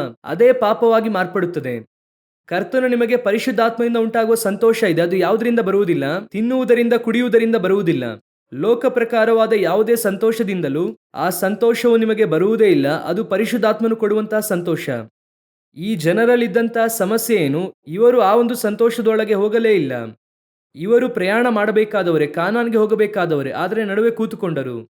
ಸಾಕು, ಚೆನ್ನಾಗಿ ತಿಂದ್ವಿ, ಚೆನ್ನಾಗಿ ಕುಡಿದ್ವಿ, ಚೆನ್ನಾಗಿ ಜಾಲಿಯಾಗಿ. ಕೆಲವರೆಲ್ಲ ಹೇಳುತ್ತಾರೆ, ನೋಡಿದ್ದೀರಾ, ಕೆಲವು ಯೂತ್ ಮೀಟಿಂಗ್ಸ್ಗೆ ಹೋಗಿ ಬಂದ್ರೆ ಚೆನ್ನಾಗಿ ಡ್ಯಾನ್ಸ್ ಆಡಿ ಎಲ್ಲವನ್ನು ಆಡಿ ಮುಗಿಸಿ ಬರುವಾಗ ಭಯಂಕರ ಜಾಲಿಯಾಗಿತ್ತು ಅಲ್ವಾ ಅಂತ ಹೇಳ್ತಾನೆ. ಇದರಲ್ಲಿ ಒಂದು ಸಂತೋಷ ಇದೆ ತಾನೆ, ಅವರಿಗೆ ಒಂದು ಸಂತೋಷ ಇದೆ ತಾನೆ. ಆದರೆ ಅದೇ ಸಮಯದಲ್ಲಿ ಕೆಲವು ಮಿಷನರಿ ಕೂಟಗಳು ಆ ರೀತಿಯಾಗೆಲ್ಲ ಹೋಗಿ ಬರುವಾಗ ಅವನು ತನ್ನ ಜೀವಿತವನ್ನು ದೇವರಿಗೆ ಒಪ್ಪಿಸಿಕೊಟ್ಟಿರುತ್ತಾನೆ. ಆದರೆ ಒಪ್ಪಿಸಿಕೊಟ್ಟಿರುತ್ತಾನೆ, ಒಡೆಯಲ್ಪಟ್ಟವನಾಗಿ ಒಪ್ಪಿಸಿಕೊಟ್ಟಿರುತ್ತಾನೆ. ಆದರೆ ಅವನ ಒಳಗೆ ಕೂಡ ಅವತ್ತೊಂದು ಸಂತೋಷ ಇರುತ್ತದೆ. ಆ ಸಂತೋಷವು ಈ ಸಂತೋಷವಾಗುವುದಿಲ್ಲ. ನಾನು ಹೇಳುವುದು ಅರ್ಥವಾಗುತ್ತಿದೆಯಾ? ಇದುವೇ ಆತ್ಮನಿಂದ ಉಂಟಾಗುವಂತಹ ಸಂತೋಷ. ಈ ಸಂತೋಷದಲ್ಲಿ ನೀವು ಹೋಗುವಾಗ ಮಾತ್ರವೇ ಪರಲೋಕವು ನಿಮಗೆ ಹತ್ತಿರವಾಗಿ ಇರುತ್ತದೆ. ಅದೇ ಬೈಬಲ್ ಹೇಳುತ್ತದೆ, ಪರಲೋಕ ರಾಜ್ಯವು ತಿನ್ನುವುದು ಕುಡಿಯುವುದು ಅಲ್ಲ. ಒಂದು ಗುಂಪಿನವರು ಉಣ್ಣುತ್ತಾ ಕುಡಿಯುತ್ತಾ ಕುಣಿದಾಡಿದರು. ಈಗ ಓದಿರಿ 1 ಕೊರಿಂಥದವರಿಗೆ 10ನೇ ಅಧ್ಯಾಯ 5ನೇ ವಾಕ್ಯ ಓದಿರಿ. ಆದರೂ ಅವರೊಳಗೆ ಬಹುಮಂದಿಯ ವಿಷಯದಲ್ಲಿ ದೇವರು ಸಂತೋಷಿಸಲಿಲ್ಲ. ಹಾಗಂದ್ರೆ ಏನು ಅರ್ಥ? ಈ ಜನರನ್ನು ಇವರೇ ಕರೆದರು. ಇವರು ಕೂಡ ಕರುವಿಕೆಯನ್ನು ಹೊಂದಿದವರು, ರಕ್ಷಣೆ ಹೊಂದಿದವರು, ಅಂದ್ರೆ ಐಗುಪ್ತದಿಂದ ವಿಮೋಚಿಸಲ್ಪಟ್ಟವರು. ಕುರಿಮರಿಯ ರಕ್ತವು ತಮ್ಮ ಬಾಗಿಲುಗಳಿಗೆ ಹಚ್ಚಲ್ಪಟ್ಟು ಅದರಿಂದ ವಿಮೋಚನೆ ಹೊಂದಿದಂತವರು. ಮೋಶೆಯಿಂದ ಕೆಂಪು ಸಮುದ್ರದಲ್ಲಿ ದೀಕ್ಷಾಸ್ನಾನ ಹೊಂದಿದವರು. ಅಗ್ನಿಸ್ತಂಭ ಮೇಘಸ್ತಂಭದಿಂದ ದೀಕ್ಷಾಸ್ನಾನ ಹೊಂದಿದವರು. ನನ್ನ ಕುರಿತಾಗಿ ಹೇಳುತ್ತೇನೆ, ಈ ಕಾಲದಲ್ಲಿ ನೋಡುವುದಾದರೆ ಯೇಸು ಕ್ರಿಸ್ತನ ರಕ್ತದಿಂದ ತೊಳೆಯಲ್ಪಟ್ಟು ನೀರಿನಲ್ಲಿ ಪರಿಶುದ್ಧಾತ್ಮನಿಂದ ದೀಕ್ಷಾಸ್ನಾನ ಹೊಂದಿ ಪ್ರಯಾಣ ಮಾಡುತ್ತಾ ಇರುವಂತಹ ಸಭೆಗೆ ವಾಕ್ಯವು ಹೇಳುತ್ತದೆ, ಆದರೂ ಅವರೊಳಗೆ ಬಹುಮಂದಿಯ ವಿಷಯದಲ್ಲಿ ದೇವರು ಸಂತೋಷಿಸಲಿಲ್ಲ. ಯಾಕೆ? ಇವನು ತಿಂದು ಕುಡಿದು ಕುಣಿದಾಡುವ ಗುಂಪು. ಇದು ಆ ಸಂತೋಷವಲ್ಲ. ಅವರು ಕೊಡುವಂತಹ ಸಂತೋಷ ಅನಿತ್ಯವಾದದ್ದು, ಈ ಸಂತೋಷವು ನಿತ್ಯವಾದದ್ದು. ಇದು ಕಾನಾನ್ಗೆ ಹೋಗಿ ಸೇರಿಸುವಂತದ್ದಾಗಿ ಇದೆ, ಈ ಸಂತೋಷವನ್ನು ಅನುಭವಿಸುವುದಕ್ಕೆ. ಆದ್ದರಿಂದಲೇ ಇದನ್ನು ಬಯಸದೆ ತಿಂದು ಕುಡಿದು ಹಾಗೆಯೇ ಹೋಗುವಂತ ಗುಂಪಿಗೆ ದೇವರು ಹೇಳುತ್ತಾರೆ, ಅನೇಕರ ವಿಷಯದಲ್ಲಿ ಆತನು ಸಂತೋಷಿಸಲಿಲ್ಲ. ಅವರು ಕರೆದಂತ ಜನರೇ, ಅವರು ಅಭಿಷೇಕಿಸಿದ ಜನರೇ, ಅವರ ನಾಮದಲ್ಲಿ ದೀಕ್ಷಾ ಸ್ನಾನ ತೆಗೆದುಕೊಂಡವರೇ, ಅವರಿಗೋಸ್ಕರ ಪ್ರಯಾಣ ಮಾಡಿದವರೇ. ಆದರೆ ವಾಕ್ಯ ಹೇಳುತ್ತದೆ, ದೇವರು ಅವರ ವಿಷಯದಲ್ಲಿ ಏನ್ ಮಾಡಲಿಲ್ವಂತೆ? ಸಂತೋಷಿಸಲಿಲ್ಲ. ನಿಮ್ಮ ವಿಷಯದಲ್ಲಿ ದೇವರು ಸಂತೋಷವಾಗಿದ್ದಾರಾ? ಇವತ್ತು ನಮ್ಮ ಆತ್ಮಿಕ ಸ್ಥಿತಿ ಯಾವ ಗುಂಪಿನಲ್ಲಿದ್ದೇವೆ? ತಿಂದು ಕುಡಿದು ಕುಣಿದಾಡುವ ಗುಂಪಿನಲ್ಲಿದ್ದೇವೆ. ಇಂದು ಹಾಗೇ ಇದೆ. ಅನೇಕ ಚರ್ಚಸ್ ಹಾಗೇ ಇದೆ. ಚೆನ್ನಾಗಿ ಜಾಲಿಯಾಗಿ ತಿಂದು, ಒಂದು ಚರ್ಚ್ ಅಂದ್ರೆ ಜಾಲಿಯಾಗಿರಬೇಕೆನ್ನುವ ಹಾಗೆ ಮಾರ್ಪಡುತ್ತಿದೆ. ನಾನು ಹೇಳುತ್ತೇನೆ, ಚರ್ಚ್ ಎನ್ನುವುದು ಜಾಲಿಯಾಗಿರುವ ಸ್ಥಳವಲ್ಲ. ಚರ್ಚ್ ಎನ್ನುವುದು ಮಹಿಮೆಯಿಂದ ತುಂಬಲ್ಪಟ್ಟ ಸ್ಥಳ. ಅದರೊಳಗೆ ಒಂದು ಸಂತೋಷ ಇದೆ, ಅದನ್ನು ಅನುಭವಿಸುವ ಸ್ಥಳ. ಹಾಲೆಲೂಯ. ಎರಡನೆಯದಾಗಿ ಒಂದು ಗುಂಪು ಇದೆ. ಅದೇ ವಾಕ್ಯದಲ್ಲಿ ಓದಿರಿ, ವಿಮೋಚನಕಾಂಡ ಪುಸ್ತಕ 24ನೇ ಅಧ್ಯಾಯ 1ನೇ ವಾಕ್ಯ. ಯೆಹೋವನು ಮೋಶೆಗೆ, ನೀನು, ಆರೋನ, ನಾದಾಬ್, ಅಬೀಹು ಎಂಬುವರು ಇಸ್ರಾಯೇಲ್ಯರ ಹಿರಿಯರಲ್ಲಿ 70 ಮಂದಿಯು ಈ ಬೆಟ್ಟವನ್ನು ಹತ್ತಿ ಯೆಹೋವನ ಬಳಿಗೆ ಬಂದು ದೂರದಲ್ಲಿ ನಿಂತು ಅಡ್ಡ ಬೀಳಬೇಕು. ಈಗ ನೋಡಿ, ಈ ಉಣ್ಣುತ್ತಾ ಕುಡಿಯುತ್ತಾ ಕುಣಿದಾಡುವಂತ ಗುಂಪಿನಿಂದ ದೇವರು ಒಂದು ಗುಂಪನ್ನು ಏನ್ ಮಾಡುತ್ತಿದ್ದಾರೆ? ಡಿಫ್ರೆನ್ಶಿಯೇಟ್ ಮಾಡಿ ಆರಿಸುತ್ತಿದ್ದಾರೆ. ಅಂದ್ರೆ ಪ್ರತ್ಯೇಕವಾದ ಜೀವಿತಕ್ಕೆ ಆರಿಸುತ್ತಿದ್ದಾರೆ. ನೀವು ಅವರಿಂದ ಹೊರಟು ಬಂದು ಒಂದು 70 ಮಂದಿ ಬನ್ನಿರಿ. ಯಾರು ಬರಬೇಕು? ಆರೋನ್, ನಾದಾಬ್, ಅಬೀಹು, ಮೋಶೆ ಅವರೊಂದಿಗೆ 70 ಮಂದಿ. ನೀವೇನ್ ಮಾಡಿ? ಈ ಉಣ್ಣುತ್ತಾ ಕುಡಿಯುತ್ತಾ ಕುಣಿದಾಡೋ ಗುಂಪಿನಿಂದ ಏನ್ ಮಾಡಿ? ಈ 70 ಮಂದಿಯನ್ನು ಅವರಿಂದ ಪ್ರತ್ಯೇಕವಾಗಿ ನೀನು ಆರಿಸಪ್ಪ. ಆದರೆ ಹಾಗೆ ಹೇಳಿ ಒಂದು ಕಾಮವೊಂದನ್ನು ಹಾಕುತ್ತಾರೆ ನೋಡಿ. ಆ ವಾಕ್ಯವನ್ನು ಮತ್ತೆ ಓದಿರಿ. ಯೆಹೋವನು ಮೋಶೆಗೆ, ನೀನು, ಆರೋನ, ನಾದಾಬ್, ಅಬೀಹು ಎಂಬುವರು ಇಸ್ರಾಯೇಲ್ಯರ ಹಿರಿಯರಲ್ಲಿ 70 ಮಂದಿಯು ಈ ಬೆಟ್ಟವನ್ನು ಹತ್ತಿ ಬರಬೇಕು. ಎಲ್ಲಿಂದ? ಕೆಳಗೆ ಇರುವಂತ ಗುಂಪಿನವರಿಂದ ಸ್ವಲ್ಪ ನೀವು ಮೇಲೆ ಎತ್ತಿ ಬನ್ನಿ. ಆ ಬೆಟ್ಟವನ್ನು ಹತ್ತಿ ಬಂದು ಅಲ್ಲಿ ಯಾಕೆ ದೂರ ಎನ್ನುವಂತ ಮಾತಿದೆ? ಮುಂದಿನ ವಾಕ್ಯ ಓದಿರಿ. ಮೋಶೆ ಒಬ್ಬನೇ ಯೆಹೋವನ ಸಮೀಪಕ್ಕೆ ಬರಬೇಕೇ ಹೊರತು ಅವನ ಜೊತೆಯವರಲ್ಲಿ ಸಮೀಪಕ್ಕೆ ಯಾರೂ ಬರಬಾರದು. ಯಾಕೆ ಡಿಫ್ರೆನ್ಶಿಯೇಟ್ ಮಾಡಿದ್ದಾರೆ? ಪ್ರತ್ಯೇಕಿಸಿದ್ದಾರೆ. ಆ 6 ಲಕ್ಷ ಗಂಡಸರು ಪ್ರಯಾಣ ಮಾಡಿದವರಲ್ಲಿ ಉಣ್ಣುತ್ತಾ ಕುಡಿಯುತ್ತಾ ಕುಣಿದಾಡೋ ಗುಂಪಿನಿಂದ ಒಂದು ಗುಂಪನ್ನು ಪ್ರತ್ಯೇಕಿಸಿದ್ದಾರೆ. 70 ಮಂದಿಯನ್ನು ಸೆಲೆಕ್ಟ್ ಮಾಡು, 3 ಜನರನ್ನು ಸೆಲೆಕ್ಟ್ ಮಾಡು ಅಂತ ಹೇಳಿದ್ರು. ಆದರೆ ಸ್ವಲ್ಪ ದೂರದಲ್ಲೇ ಅವರು ನಿಲ್ಲುವುದಕ್ಕೆ ಹೇಳು, ಹತ್ತಿರ ಅವರು ಬರುವುದು ಬೇಡ ಎಂಬುದಾಗಿ ಹೇಳುತ್ತಾರೆ. ಸಮೀಪಕ್ಕೆ ಯಾರು ಬರಬಾರದು. ಇದರಲ್ಲಿ ಏನ್ರಿ ಒಂದು ಪಕ್ಷಪಾತ ಇದೆ? ನೀವು ತಾನೇ ಪ್ರತ್ಯೇಕಿಸಿದ್ದೀರಾ, ನೀವು ತಾನೇ ವೈಯಕ್ತಿಕವಾಗಿ ಬರುವುದಕ್ಕೆ ಹೇಳಿದ್ದೀರಾ.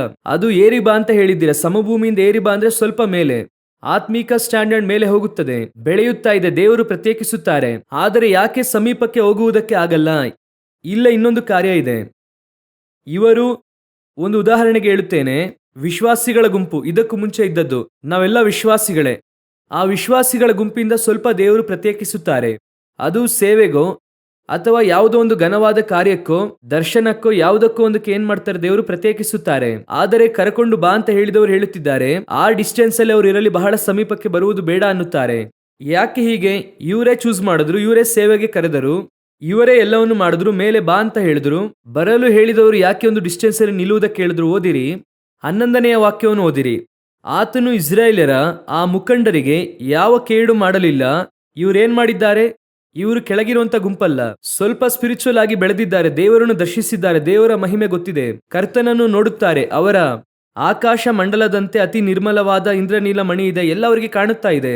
ದೇವರನ್ನು ನೋಡುತ್ತಾರೆ. ಸರಿ, ದೇವರನ್ನು ದರ್ಶಿಸಿ ನಂತರ ತಿಂದು ಕುಡಿದು, ಇವರ ಹತ್ರ ಕೂಡ ಅದೇ ಸಮಸ್ಯೆ ಇದೆ. ಆದರೆ ಇವರು ತಿಂದು ಕುಡಿದಿದ್ದು ಕೆಳಗಿರೋರೊಂದಿಗೆ ಅಲ್ಲ, ಸ್ವಲ್ಪ ಡಿಫರೆಂಟ್ ಆಗಿ ಮೇಲೆ ಬಂದು.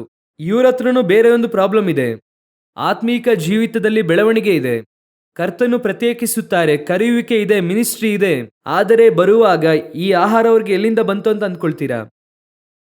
ಮೇಲೆ ಬಂದ್ರಲ್ವಾ, ಮೇಲೆ ಬಂದು ತಿಂದು ಕುಡಿದು.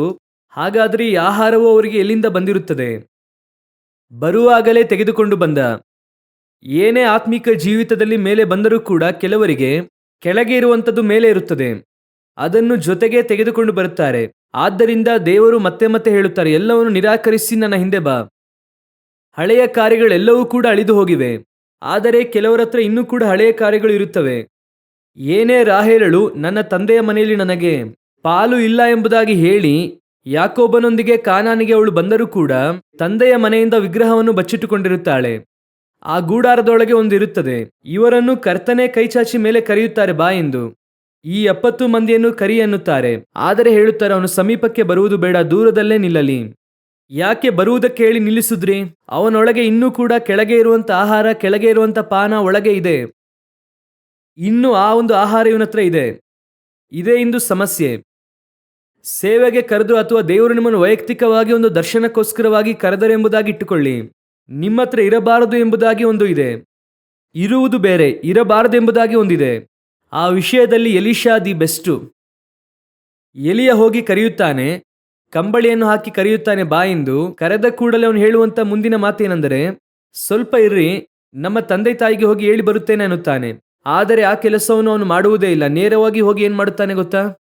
ಅವನು ತಾನು ಉಳುತ್ತಿದ್ದ ಜೋಡು ಎತ್ತುಗಳನ್ನು ತೆಗೆದುಕೊಂಡು ಅವುಗಳನ್ನು ವಧಿಸಿ ಮಾಂಸವನ್ನು ರಂಟೆಯ ಕಟ್ಟಿಗೆಯಿಂದ ಬೇಯಿಸಿ ಅವರಿಗೆ ಔತಣ ಮಾಡಿದನು. ಆಮೇಲೆ ಬರುತ್ತಾನೆ. ಅದರ ಅರ್ಥ ಏನು ಅಂದರೆ, ಇನಿ ನಾನು ಹಿಂತಿರುಗಿ ಬರುವುದಕ್ಕೆ ನನಗೆ ಇಲ್ಲಿ ಏನೂ ಇಲ್ಲ ಎಂಬುದಾಗಿ ಅರ್ಥ. ಎಲ್ಲರಿಗೂ ಜೋಡಿ ಎತ್ತುಗಳನ್ನು ಕೊಟ್ಟರು, ನಾನು ನನ್ನ ಎತ್ತುಗಳನ್ನು ಓಡಿಸುತ್ತಾ ಇದ್ದೆ. ಯಾವಾಗ ನನಗೆ ಕಾಲಿಂಗ್ ಬಂತೋ ಹಳೆಯ ಕಾರ್ಯಗಳೆಲ್ಲವೂ ಕೂಡ ಅಳಿದು ಹೋದವು. ಇನಿ ನನ್ನ ಹತ್ರ ಏನೂ ಇಲ್ಲ. ಇದುವೇ ಇಂದು ಬಹಳ ಇಂಪಾರ್ಟೆಂಟ್. ಅದೇನಂದ್ರೆ ಯೇಸು ಕ್ರಿಸ್ತನು 12 ಜನರನ್ನು ಕರೆಯುತ್ತಾರೆ, 70 ಜನರನ್ನು ಕರೆಯುತ್ತಾರೆ. ಅದೇ ಇದು. ಇದೇ ಕಾರ್ಯವು ಅಲ್ಲೂ ಇದೆ. ದೇವರು 70 ಜನರನ್ನು ಕರೆದು 3 ಜನರು ರೂಪಾಂತರ ಬೆಟ್ಟಕ್ಕೆ ಕರೆದುಕೊಂಡು ಹೋಗ್ತಾರೆ. ಇಲ್ಲಿ ಆರೋನ್, ನಾದಾಬ್, ಅಬಿಹು ಒಂದು 70 ಜನರನ್ನು ಕರೆದುಕೊಂಡು ಹೋಗ್ತಾರೆ. ಆದರೆ ಬಂದಂತ ಎಲ್ಲರ ಬಳಿಯಲ್ಲೂ ಕೂಡ ಹಳೆಯ ಕಾರ್ಯಗಳು ಸ್ವಲ್ಪ ಇತ್ತು. ಅವರೆಲ್ಲರ ಹತ್ರ ಇದೆ. ಒಂದು ಸಮಸ್ಯೆ ಬಂದ ಕೂಡಲೇ ಒಬ್ಬ ಹೇಳುತ್ತಾನೆ, ಬನ್ನಿ ಮೀನು ಹಿಡಿಯುವುದಕ್ಕೆ ಹೋಗೋಣ. ಉಳಿದವರು ಹೇಳುತ್ತಾರೆ, ನಾನು ಜೊತೆಗೆ ಬರುತ್ತೇನೆ ಎಂದು. ಹಾಗಾದರೆ ಯಾವಾಗಲೂ ಕೂಡ ಇವನ ಮೈಂಡಲ್ಲಿ ಆ ಮೀನು ಹಿಡಿಯುವಂತ ಕಾರ್ಯ ಇದ್ದೇ ಇದೆ. ಸಮಸ್ಯೆ ಬಂತು ಅಂದ್ರೆ ಮೀನು ಹಿಡಿಯುವುದಕ್ಕೆ ಹೋಗೋಣ. ನಾನು ಈ ಸೇವೆಗೆ ಬರುವಾಗ ದೇವರ ಹತ್ರ ಕೇಳಿದೆ. UK ಬರುವಾಗ ಕೆಲಸವನ್ನು ಬಿಟ್ಟು ಬರುವುದಕ್ಕೆ ಹೇಳುತ್ತಿದ್ದಾರೆ, ನಾನು ಬರುತ್ತಿದ್ದೇನೆ. ವೀಸಾ ಮಾತ್ರ ಎಕ್ಸ್ಟೆಂಡ್ ಮಾಡಿಕೊಳ್ಳುತ್ತೇನೆ. ಆಗ ಒಬ್ರು ಐಡಿಯಾ ಕೊಟ್ಟರು, ನೀನು ಹೋಗು, ವೀಸಾನ್ ಏನ್ ಮಾಡಿ ಎಕ್ಸ್ಟೆಂಡ್ ಮಾಡಿಕೊಂಡು ಹೋಗು. ನಾಳೆ ಏನಾದರೂ ಆದರೆ ಏನ್ ಮಾಡಬಹುದು, ನೀನ್ ಇಲ್ಲಿಗೆ ಬರಬಹುದು. ಆಗ ವೀಸಾ ಎಕ್ಸ್ಟೆಂಡ್ ಮಾಡಬೇಕು, ಅದನ್ನು ಮಾಡಬೇಕು ಅಂದ್ರೆ ನನಗೆ ಸ್ವಲ್ಪ ಜನ ಗೊತ್ತು, ಇಟ್ಟು ಈಸಿಯಾಗಿ ಮಾಡಬಹುದು. ವೀಸಾ ಎಕ್ಸ್ಟೆಂಡ್ ಮಾಡಬೇಕು ಅಂದಾಗ ಲಿಟ್ರಲ್ ಆಗಿ ಪರಿಶುದ್ಧಾತ್ಮನ ಹೇಳುತ್ತಿದ್ದಾರೆ, ವೀಸಾ ಎಕ್ಸ್ಟೆಂಡ್ ನೀನು ಮಾಡಬಾರದು ಎಂಬುದಾಗಿ. ವೀಸಾ ಏನ್ ಮಾಡಬಾರ್ದು, ಎಕ್ಸ್ಟೆಂಡ್ ಮಾಡಬಾರ್ದು. ಹಾಗೆಯೇ ನೀನು ಹೋಗು, ನಾನು ಈ ದೇಶಕ್ಕೆ ನಿನ್ನನ್ನು ಸೇವೆಗೆ ಕರೆದುಕೊಂಡು ಬರುತ್ತೇನೆ, ಆದ್ರೆ ನೀನು ವೀಸಾ ಎಕ್ಸ್ಟೆಂಡ್ ಮಾಡಬೇಡ. ಸರಿ ಅಂತ ಹೇಳಿ ವೀಸಾ ಎಕ್ಸ್ಟೆಂಡ್ ಮಾಡದೆ ನಾನು ಇಂಡಿಯಾಗೆ ಬಂದಿದ್ದಾಯಿತು. ನಾನು ಇಲ್ಲಿಗೆ ಬಂದರೆ 11 ತಿಂಗಳು ನನಗೆ ಸೇವೆ ಇಲ್ಲ, ಏನೂ ಇಲ್ಲ. ಕಾರಣ ಯಾರು ಗೊತ್ತಿಲ್ಲ, ಯಾವ ಸ್ಥಳ ಗೊತ್ತಿಲ್ಲ, ಎಲ್ಲಿ ಸ್ಟಾರ್ಟ್ ಮಾಡಬೇಕಂತ ಗೊತ್ತಿಲ್ಲ. ನನಗೆ ಏನು ಗೊತ್ತಿಲ್ಲ, ಯಾಕಂದ್ರೆ ನಾನು ಸೇವೆಯ ಬ್ಯಾಕ್ಗ್ರೌಂಡ್ ಇಂದ ಬಂದಿಲ್ಲ. ಎಲ್ಲಿ ಹೋಗಿ ಕೇಳುವುದು, ಎಲ್ಲಿ ಸ್ಟಾರ್ಟ್ ಮಾಡೋದು ಏನು ಗೊತ್ತಿಲ್ಲ. ದೇವರು ಮಾತ್ರ ನಡೆಸುತ್ತಾ ಇದ್ದಾರೆ. ಆ 11 ತಿಂಗಳಲ್ಲಿ ಹೆಚ್ಚು ಕಮ್ಮಿ 3-4 ಸಾರಿ ಅಂದುಕೊಂಡೆ, ಸುಮ್ಮನೆ ಹಿಂತಿರುಗಿ ಹೋಗೋಣವಾ, ಯಾಕಂದ್ರೆ ಇಲ್ಲಿ ಇದ್ದಂತ ಸಮಸ್ಯೆಗೆ, ಇಲ್ಲಿ ನಡೆದ ಕಾರಣಕ್ಕೆ ಆಗ ನನಗೆ ಹಿಂತಿರುಗಿ ಹೋಗುವುದಕ್ಕೆ ಮಾರ್ಗ ಇಲ್ಲ. ಯಾಕಂದ್ರೆ ನನ್ನ ಹತ್ರ ಏನಿಲ್ಲ, ವೀಸಾ ಇಲ್ಲ. ವೀಸಾ ಇತ್ತು ಅಂತ ಇಟ್ಕೊಳ್ಳಿ, ಆಟೋಮೆಟಿಕ್ ಆಗಿ ಏನಾಗ್ತಿತ್ತು, ಟಿಕೆಟ್ ತೆಗೆದುಕೊಂಡು ಹೋಗ್ತಾ ಇದ್ವಿ, ಪ್ರಾರ್ಥನೆಯೊಂದಿಗೆ ಹೋಗ್ತಾ ಇದ್ವಿ. ಕರ್ತನು ಕೃಪೆಯಿಂದ ಕರೆದುಕೊಂಡು ಹೋಗಿದ್ದಾರೆ, ನಮ್ಮನ್ನು ಹಿಂತಿರುಗಿ ಕರೆದುಕೊಂಡು ಬರುತ್ತಾರೆ ಎಂಬುದಾಗಿ ಪ್ರಾರ್ಥನೆಯೊಂದಿಗೆ ನಾವು ಹೋಗುತ್ತೇವೆ. ಆ ಸೋರ್ಸೇ ಇಲ್ಲದೆ ಇದೆಯಲ್ವಾ, ಅದೇ ಬಹಳ ಇಂಪಾರ್ಟೆಂಟ್. ಹಳೆಯದನ್ನೆಲ್ಲ ನಾವು ಅಳಿಸಿ ಹಾಕ್ಬೇಕು. ಹಾಗೆ ಮೇಲೆ ಬರುವಾಗ ದೇವರು ಹೇಳುತ್ತಾರೆ, ಅವನ ಹತ್ತಿರ ಬರುವುದು ಬೇಡ ಅಂತ ಹೇಳು. ಯಾಕೆ, ಅವನು ಬರುತ್ತಿದ್ದಾನೆ, ಆದ್ರೆ ಬರುವಾಗಲೇ ಕೆಳಗಿನಿಂದ ಪಾರ್ಸಲ್ ಮಾಡಿಕೊಂಡು ಬಂದಿದ್ದಾನೆ, ಕೆಳಗಿಂದ ತೆಗೆದುಕೊಂಡು ಬರುತ್ತಿದ್ದಾನೆ. ಆದ್ದರಿಂದಲೇ ಕೆಲವು ಸಮಯದಲ್ಲಿ ದೇವರು ನಮ್ಮನ್ನು ತೆಗೆದು ಬಲವಾಗಿ ಉಪಯೋಗಿಸುವುದಕ್ಕೆ ಆಗುತ್ತಿಲ್ಲ. ಕರ್ತನು ನಮ್ಮ ಮೂಲಕ ದರ್ಶನ ನೆರವೇರಿಸುವುದಕ್ಕೆ ಆಗುತ್ತಿಲ್ಲ. ಕೆಲವು ಸಮಯದಲ್ಲಿ ದೇವರು ನಿಮಗೆ ದರ್ಶನ ಕೊಡುತ್ತಾರೆ, ವಾಗ್ದಾನವನ್ನು ಕೊಡುತ್ತಾರೆ, ಹಾಗೆ ಮಾಡುತ್ತೇನೆ ಹೀಗೆ ಮಾಡುತ್ತೇನೆ ಅನ್ನುತ್ತಾರೆ. ಆದರೆ ಅವರು ಮಾಡಲಿಕ್ಕೆ ಆಗದಂತೆ ಇನ್ನೂ ಕೂಡ ಕೆಲವು ಕಾರ್ಯಗಳು ನಿಮ್ಮ ಹತ್ರ ಇದೆ. ಅದು ಹೋದ್ರೇನೆ ದೇವರು ಮಾಡುವುದಕ್ಕೆ ಸಾಧ್ಯ. ಅದು ಹೋಗದೇ ಇದ್ದರೆ ದೇವರು ನಿಮ್ಮ ಮೂಲಕ ಮಾಡಲು ಸಾಧ್ಯವಿಲ್ಲ. ಈಗ ಯೋಚನೆ ಮಾಡಿ ನೋಡಿ, ಅದರಲ್ಲಿ ದೊಡ್ಡ ಆಶ್ಚರ್ಯ ಏನೆಂದರೆ, ಆ ವಾಕ್ಯವನ್ನು ಮತ್ತೆ ಓದಿರಿ, 11ನೇ ವಾಕ್ಯ. ಆತನು ಇಸ್ರಾಯೇಲ್ಯರ ಆ ಮುಖಂಡರಿಗೆ ಯಾವ ಕೇಡು ಮಾಡಲಿಲ್ಲ. ಅವರು ದೇವರ ದರ್ಶನ ಮಾಡಿ ಅನ್ನಪಾನಗಳನ್ನು ತೆಗೆದುಕೊಂಡರು. ದೇವರನ್ನು ದರ್ಶಿಸಿದ್ರೆ ಅವನ ಕಾನ್ಸೆಪ್ಟ್ ಮುಗಿದು ಹೋಯಿತು. ಮೋಶೆಯು ಯೆಹೋಶುವನಲ್ಲಿ ನಿಂತಿದ್ದಾರೆ. ಇವರ ಪಾಡಿಗೆ ಆಟೋಮೆಟಿಕ್ ಆಗಿ ಯಾಕೆ ನಮ್ಮನ್ನು ಕರೆದುಕೊಂಡು ಹೋಗಲಿಲ್ಲ, ನಮ್ಮನ್ನು ಇನ್ನೂ ಯಾಕೆ ನೀವು ಮೇಲಕ್ಕೆ ಕರೆದುಕೊಂಡು ಹೋಗಿಲ್ಲ, ನೀವಿಬ್ಬರು ಮಾತ್ರ ಮೇಲೆ ಹೋಗುತ್ತಾ ಇದ್ದೀರಲ್ಲ, ಏನರ್ಥ ಎಂಬುದಾಗಿ ಕೇಳಲೇ ಇಲ್ಲ ಅವರು. ಇವನು ಇದರೊಂದಿಗೆ ಏನಾದ, ಸ್ಯಾಟಿಸ್ಫೈ ಆದ. ಅವರಿಗಿಂತ ನಾನು ಎಷ್ಟೋ ಪರವಾಗಿಲ್ಲ. 6 ಲಕ್ಷ ಗಂಡಸರು ಇದ್ದಾರಲ್ಲ, ಅವರಲ್ಲಿ ನಾನು ಚೂಸನ್ ಗೊತ್ತಾ ನಿನಗೆ. ಕರ್ತನು ನಮ್ಮನ್ನೇ ಮೇಲಕ್ಕೆ ಬರುವುದಕ್ಕೆ ಹೇಳಿದ್ರು. ಈ ಒಂದು ಸಾಕ್ಷಿನಿಟ್ಟು 40 ವರ್ಷ ಓಡಿಸ್ತಾನೆ ಗೊತ್ತಾ ನಿಮಗೆ. ಈ ಒಂದು ಸಾಕ್ಷಿನಿಟ್ಟುಕೊಂಡು ಏನ್ ಮಾಡ್ತಾರೆ, 40 ವರ್ಷ ಅವ್ರು ಓಡ್ತಾರೆ. ನಾವು ಯಾರು ಗೊತ್ತಲ್ವಾ, 6 ಲಕ್ಷ ಮಂದಿಯಲ್ಲಿ ನಾವು ಆರಿಸಿಕೊಳ್ಳಲ್ಪಟ್ಟವರು. ಕರ್ತನು ನಮ್ಮನ್ನೇ ಮೇಲೆ ಬರುವುದಕ್ಕೆ ಹೇಳಿದ್ರು. ಮೇಲೆ ಹೋಗಿ ಏನ್ ಮಾಡಿದೆ, ದೇವರನ್ನು ದರ್ಶಿಸಿದ್ವಿ. ಆನಂತರ ಏನಾಯ್ತು, ಕೆಳಗೆ ಬಂದ್ವಿ. ಅಷ್ಟೇನೆ, ಇವರ ಲೈಫಿನ ಇಡೀ ಸಾಕ್ಷಿನೇ ಇದು. ಇದೊಂದನ್ನು ಇಟ್ಟುಕೊಂಡು 40 ವರ್ಷ ಓಡ್ತಾನೆ. ಆದರೆ ಇವನು ಕಾನಾನ್ಗೆ ಹೋಗುವುದಿಲ್ಲ, ಅದೇ ಸಮಸ್ಯೆ. ಗತಿಸಿ ಹೋಗುವ ಗುಂಪಿನಲ್ಲಿ ಇವನು ಇರುತ್ತಾನೆ. ಒಂದು ದಿನ ಇವನು ಅನ್ಯ ಬೆಂಕಿಯನ್ನು ತರುತ್ತಾನೆ, ನಾದಾಬ್ ಅಬಿಹು ಆಗಿ ಮಾರ್ಪಡುತ್ತಾನೆ. ಅನ್ಯ ಬೆಂಕಿ ಒಳಗೆ ಬರುತ್ತದೆ. ಆರೋನ್ ಒಂದು ದಿನ ಸತ್ತು ಹೋಗುತ್ತಾನೆ. ಈ ಗುಂಪು ಕಾನಾನ್ಗೆ ಹೋಗುವುದಿಲ್ಲ, ಕಾರಣ ದೇ ಆರ್ ಸ್ಯಾಟಿಸ್ಫೈಡ್. ಅವರು ಎಷ್ಟರ ಮಟ್ಟಿಗೆ ಬೆಳೆದಿದ್ದಾರೋ ಅಷ್ಟರ ಮಟ್ಟಿಗೆ ತೃಪ್ತಿ. ನಿಮಗೆ ಹೇಳುತ್ತೇನೆ, ಈ ಭೂಮಿಯಲ್ಲಿ ಆತ್ಮಿಕ ಜೀವಿತದಲ್ಲಿ, ಸೇವೆಯಲ್ಲಿ ನಿಮಗೆ ತೃಪ್ತಿ ಬಂತು ಅಂದ್ರೆ ನೀವು ಸ್ಪಿರಿಚುವಲ್ ಆಗಿ ಸಾಯುತ್ತೀರೋ ಎಂಬುದಾಗಿ ಅರ್ಥ. ತೃಪ್ತಿ ಮಾತ್ರ ಬರಲೇಬಾರದು. ಸಂತುಷ್ಟಿ ಸಹಿತವಾದ ಭಕ್ತಿ ದೊಡ್ಡ ಲಾಭವೇ ಸರಿ. ಯಾವುದರಲ್ಲಿ ಗೊತ್ತಾ, ದೇವರು ಕೊಡುವುದರಲ್ಲಿ. ಆದರೆ ನಾನು ಇನ್ನೂ ನಿಮ್ಮನ್ನು ನೋಡಬೇಕು, ನಾನು ಇನ್ನೂ ನಿಮ್ಮನ್ನು ನೋಡಬೇಕು, ನಿಮ್ಮ ಮಹಿಮೆಯನ್ನು ನೋಡಬೇಕು, ಇನ್ನು ಪ್ರಭಾವದಿಂದ ಅಧಿಕ ಪ್ರಭಾವಕ್ಕೆ. ಅದೇ ಮೋಶೆಯ ಭಯಂಕರವಾದ ವಿಶೇಷತೆ. ಮೊದಲನೇ ಬಾರಿಗೆ ಮೋಶೆಯು ದೇವರನ್ನು ಮುಳ್ಳಿನ ಪೊದೆಯಲ್ಲಿ ನೋಡುತ್ತಾರೆ. ಅದುವೇ ಇರುವುದರಲ್ಲೇ ಟಾಪ್ ಮೋಸ್ಟ್. ಆ ಮಹಿಮೆಯನ್ನು ನೋಡುವುದೇ ಟಾಪ್ ಮೋಸ್ಟ್. ಆದರೆ ಮತ್ತೆ ಮತ್ತೆ ದೇವರ ಹತ್ರ ಕೇಳುತ್ತಲೇ ಇರುತ್ತಾರೆ, ನಾನು ಇನ್ನೂ ನಿಮ್ಮನ್ನು ನೋಡಬೇಕು ದೇವರೇ, ಇನ್ನೂ ನೋಡಬೇಕು ದೇವರೇ, ನಾನು ಇನ್ನೂ ನಿಮ್ಮನ್ನು ದರ್ಶಿಸಬೇಕು ದೇವರೇ. ಈ ಕಾನ್ಸೆಪ್ಟೇ ದೇವರು ಎದುರು ನೋಡುತ್ತಿರುವ ಕಾನ್ಸೆಪ್ಟು. ನಮ್ಮ ಹತ್ರ ಇದೇನಾ, ಅಥವಾ ಇನ್ನೊಂದು ಕಡೆ ತೃಪ್ತಿ ಆಗಿದ್ದೇವಾ, ಅಥವಾ ಒಂದು ಕಡೆ ಸಾಕು ಎನ್ನುವಂತ ಮನಸ್ಸು ಬಂದಿದ್ಯಾ, ಇದುವರೆಗೂ ಚೆನ್ನಾಗಿದೆ, ಹೀಗೆ ಹೋದ್ರೆ ಸಾಕು, ಯಾವುದೇ ಒಂದು ವಿಷಯವನ್ನು ದೇವರು ಕೊಡುತ್ತಾರೆ ಅಂದ್ರೆ ಮುಗಿಸುವುದಕ್ಕೆ ಕೊಡುತ್ತಿಲ್ಲ, ಆರಂಭಿಸುವುದಕ್ಕೆ ಕೊಡುತ್ತಿದ್ದಾರೆ, ಮುಂದಿನ ಲೆವೆಲ್ಗೆ ಹೋಗುವುದಕ್ಕೆ ಕೊಡುತ್ತಿದ್ದಾರೆ ಎಂದು ಅರ್ಥ. ನಮಗೆ ಬೈಬಲ್ ಕಾಲೇಜನ್ನು ದೇವರು ಕೊಟ್ಟರು. ಆ ಕನ್ಸ್ಟ್ರಕ್ಷನ್ ಎಲ್ಲ ಮುಗಿಸಿ ಆ ದ್ವಾರದಲ್ಲಿ ನಿಂತು ಹಾಗೆ ನೋಡುವಾಗ ಆಲ್ಮೋಸ್ಟ್ ಎಲ್ಲ ಮುಗಿದಿದೆ. ಅಬ್ಬಾ, ಕೆಲಸ ಮುಗಿಯಿತು ಎಂಬುದಾಗಿ ಅಂದುಕೊಳ್ಳುವಾಗ ದೇವರಾತ್ಮನು ನಮಗೆ ತಿಳಿಸುತ್ತಿರುವುದು ಅದು ಮುಗಿದಿಲ್ಲ, ಇನ್ನು ಮುಂದೆ ಆರಂಭವಾಗಲಿದೆ. ಇಲ್ಲಿಂದ ಮಾಡುವಂತ ಸೇವೆಗೆ ಇನ್ಫ್ರಾಸ್ಟ್ರಕ್ಚರ್ ಇದು.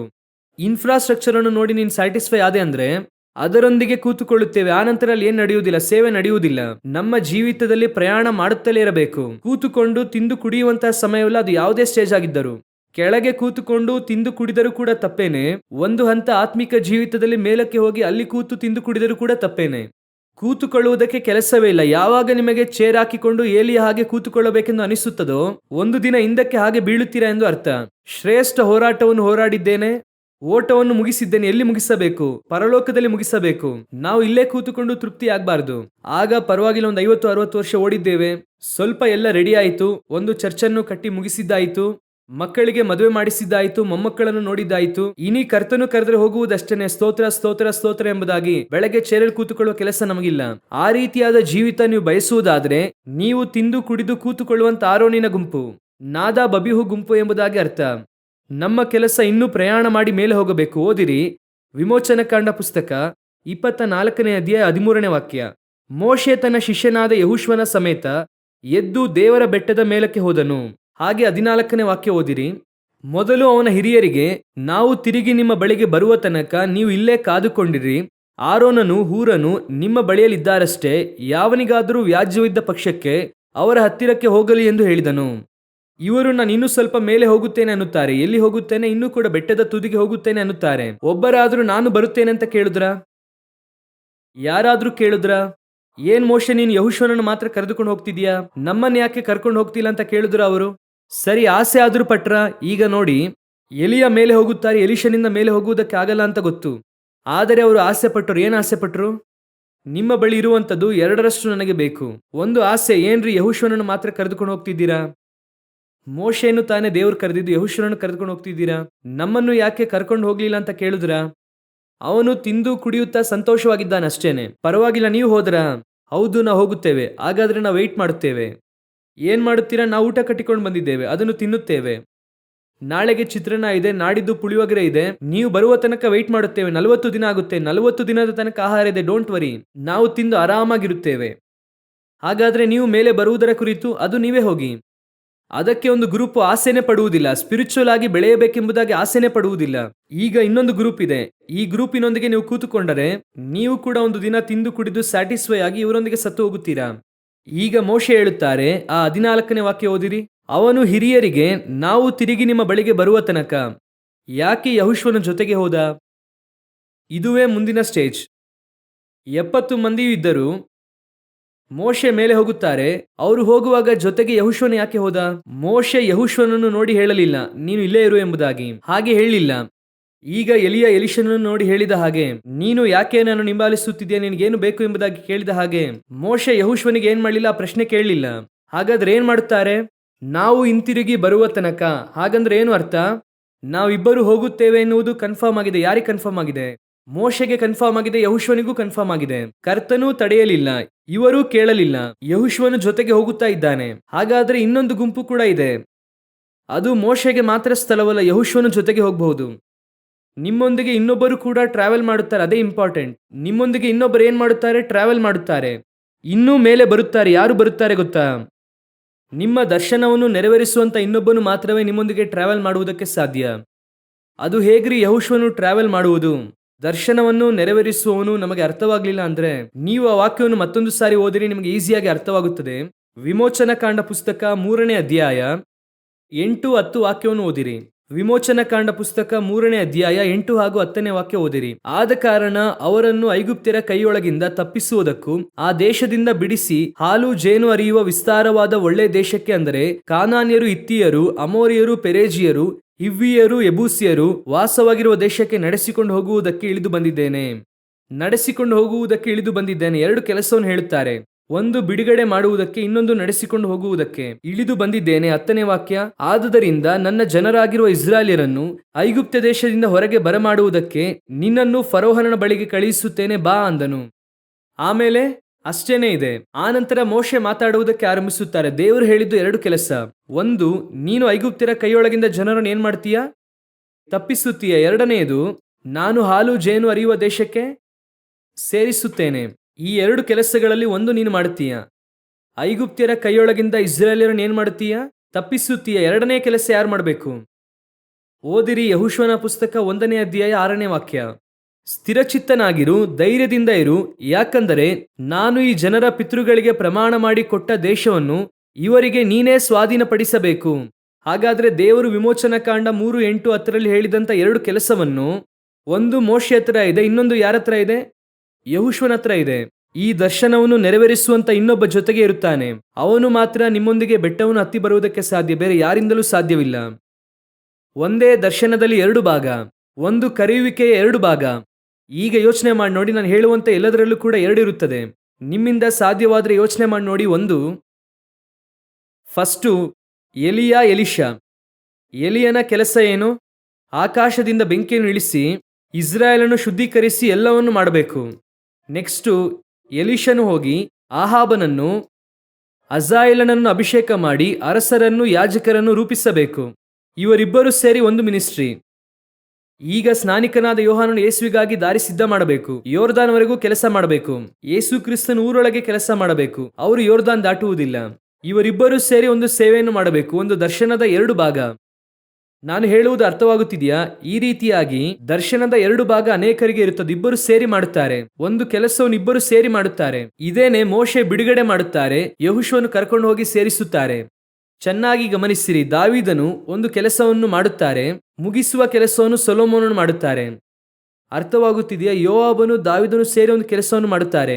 ಯೋವಾಬನು ನೀರಾವರಿಯ ಜಾಗವನ್ನು ಹಿಡಿಯುತ್ತಾನೆ, ದಾವೀದನು ಹೋಗಿ ಒಳಗೆ ಇರುವಂತಹ ಪಟ್ಟಣವನ್ನು ವಶ ಮಾಡಿಕೊಳ್ಳುತ್ತಾನೆ. ಇಬ್ಬರು ಸೇರಿ ಒಂದು ಊರನ್ನು ಹಿಡಿಯುತ್ತಾರೆ. ಇಬ್ಬರು ಅಂದರೆ ಒಂದು ದರ್ಶನಕ್ಕೆ ಸೇರಿದಂತ ಇಬ್ಬರು ಸೇರಿ ಆ ದರ್ಶನವನ್ನು ನೆರವೇರಿಸುವುದಕ್ಕೆ ಸಾಧ್ಯ. ಆ ದರ್ಶನವುಳ್ಳ ವ್ಯಕ್ತಿಯಿಂದ ಮಾತ್ರವೇ ನಿಮ್ಮೊಂದಿಗೆ ಬೆಟ್ಟದ ತುದಿಗೆ ಬರುವುದಕ್ಕೆ ಸಾಧ್ಯ, ಇತರರಿಂದ ಬರುವುದಕ್ಕೆ ಸಾಧ್ಯವಿಲ್ಲ.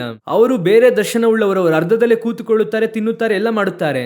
ಆದರೆ ನಿಮ್ಮೊಂದಿಗೆ ಯಾರು ಕಡೆಯ ತನಕ, ತುದಿಯ ತನಕ ಪ್ರಯಾಣ ಮಾಡುತ್ತಾರೆ ಗೊತ್ತಾ? ನಿಮ್ಮ ದರ್ಶನದೊಂದಿಗೆ ಅವರ ದರ್ಶನ ಫಿಕ್ಸ್ ಆಗಿರುತ್ತದೆ. ಇಬ್ಬರಿಗೂ ಒಂದೇ ಇರುವುದಿಲ್ಲ. ಇವನು ಬಿಡುಗಡೆ ಮಾಡ್ತಾನೆ, ಅವನು ಬಿಡುಗಡೆ ಮಾಡ್ತಾನೆ, ಆ ಕಾನ್ಸೆಪ್ಟ್ ಇರುವುದಿಲ್ಲ. ಬಿಡುಗಡೆ ಮಾಡುವ ಕೆಲಸದಲ್ಲಿ ಯೆಹೋಶುವನಿಲ್ಲ. ಯೆಹೋಶುವನನ್ನೇ ಯಾರು ಬಿಡುಗಡೆ ಮಾಡಿದ್ದು? ಮೋಶೆನೆ. ಆದರೆ ಬಂದಂತಹ ಜನರನ್ನು ಹೋಗಿ ಸೇರಿಸುವಂತ ಕೆಲಸ ಯೆಹೋಶುವನದ್ದು. ಇದು ಬೇರೆ, ಅದು ಬೇರೆ, ಆದರೂ 2 ಸೇರಿಯೇ ಒಂದು ಕೆಲಸ.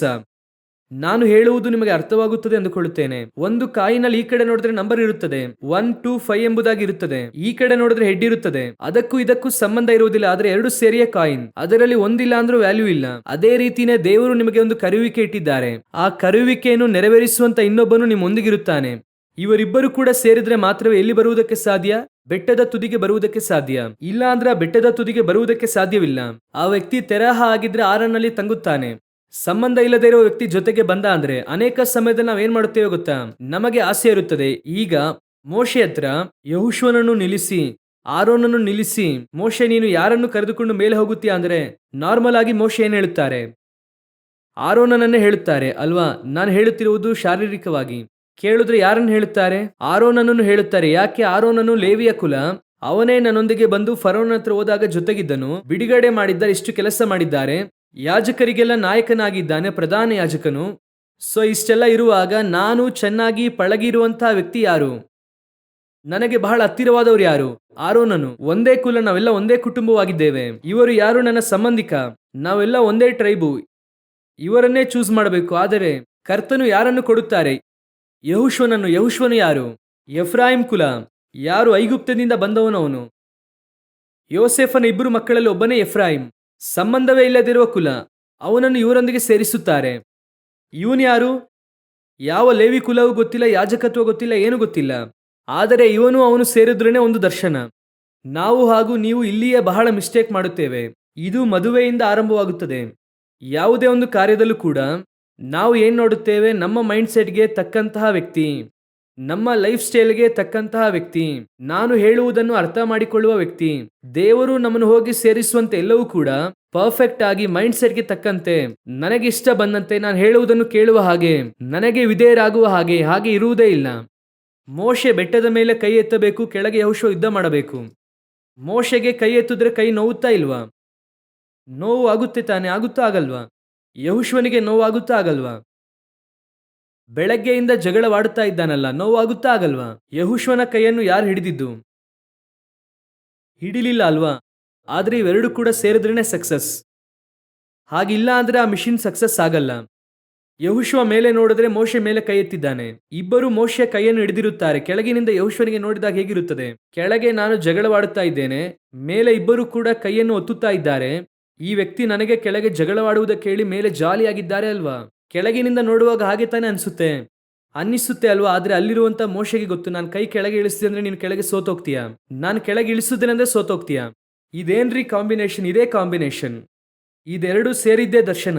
ಇದರ ಮೂಲಕವಾಗಿಯೇ ದೇವರೊಂದು ಮಿಷನ್ ಅನ್ನು ನೆರವೇರಿಸುತ್ತಾರೆ. ತಕ್ಕ ಸಂಗಾತಿ ಅಂದ್ರೆ ಏನು ಗೊತ್ತಾ? ನಾನು ಆಗಾಗ್ಗೆ ಹೇಳುತ್ತೇನೆ, ತಕ್ಕ ಸಂಗಾತಿ ಅಂದ್ರೆ ಯಾವುದಕ್ಕೂ ಕೂಡ ಒಗ್ಗುವುದಿಲ್ಲ, ಒಂದೇ ಒಂದಕ್ಕೆ ಮಾತ್ರ ಒಗ್ಗುತ್ತದೆ. ಅದೇ ತಕ್ಕ ಸಂಗಾತಿ.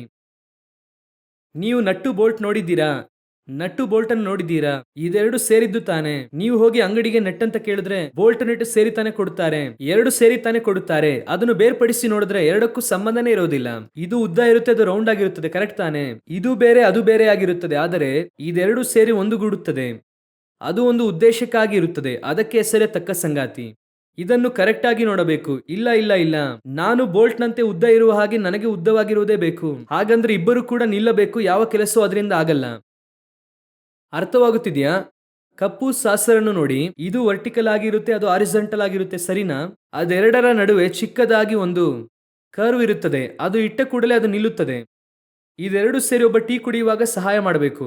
ಎರಡು ಸೇರಿ ಏನ್ ಮಾಡಬೇಕು? ಟೀ ಕುಡಿಯುವುದಕ್ಕೆ ಸಹಾಯ ಮಾಡಬೇಕು. ದೇವರು ನಿಮಗೆ ಕೊಡುವ ಯೆಹೋಶುವ ನಿಮ್ಮ ಇಷ್ಟದಂತೆ ಇರುವುದಿಲ್ಲ, ನಿಮ್ಮ ಟ್ರೈಬ್ ಆಗಿ ಇರುವುದಿಲ್ಲ, ನೀವು ನೆನೆಸುವ ಹಾಗೆ ಇರುವುದಿಲ್ಲ. ಮೋಶೆಗೆ ಹೆಚ್ಚು ಕಮ್ಮಿ 80 ವರ್ಷಗಳು, ಯೆಹೋಶುವನಿಗೆ ಏನು ಗೊತ್ತಿಲ್ಲ. ಇವರಿಬ್ಬರು ಸೇರಿ, ಒಂದು ವೇಳೆ ನಾನು ಹೇಳುತ್ತಿರುವುದು ಒಬ್ಬ ವಯಸ್ಸಾದವನು ಇನ್ನೊಬ್ಬ ಯಂಗ್ಸ್ಟರ್ ಸೇರಿ ಮಾಡಿದ ಹಾಗೆ ಇರುತ್ತದೆ. ಆದರೆ ಅದೇ ದೇವರ ಉದ್ದೇಶ. ಇವರಿಬ್ಬರೇ ಪ್ರಯಾಣ ಮಾಡಿ ತುದಿಗೆ ಹೋಗುವುದಕ್ಕೆ ಸಾಧ್ಯ. ಬೇರೆಯವರು ಕೆಳಗೆ ಇರುತ್ತಾರೆ. ನೀನು ನಿನ್ನ ಕುಲದಲ್ಲಿ ಕೆಳಗೆ ಇರುವಂತ ಎಲ್ಲರೂ ಕೂಡ ನೋಡಿ, ಮೋಶೆಯ ಕುಲ ಕೆಳಗೆ 3 ಕೂತಿದ್ರಲ್ವಾ? Aaron, Nadab, ಅಬಿಹು. ಈ 3 ಯಾರು? ಲೇವಿ ಕುಲ. ಆರೋನ್ ವಂಶ ಲೇವಿ ಕುಲ.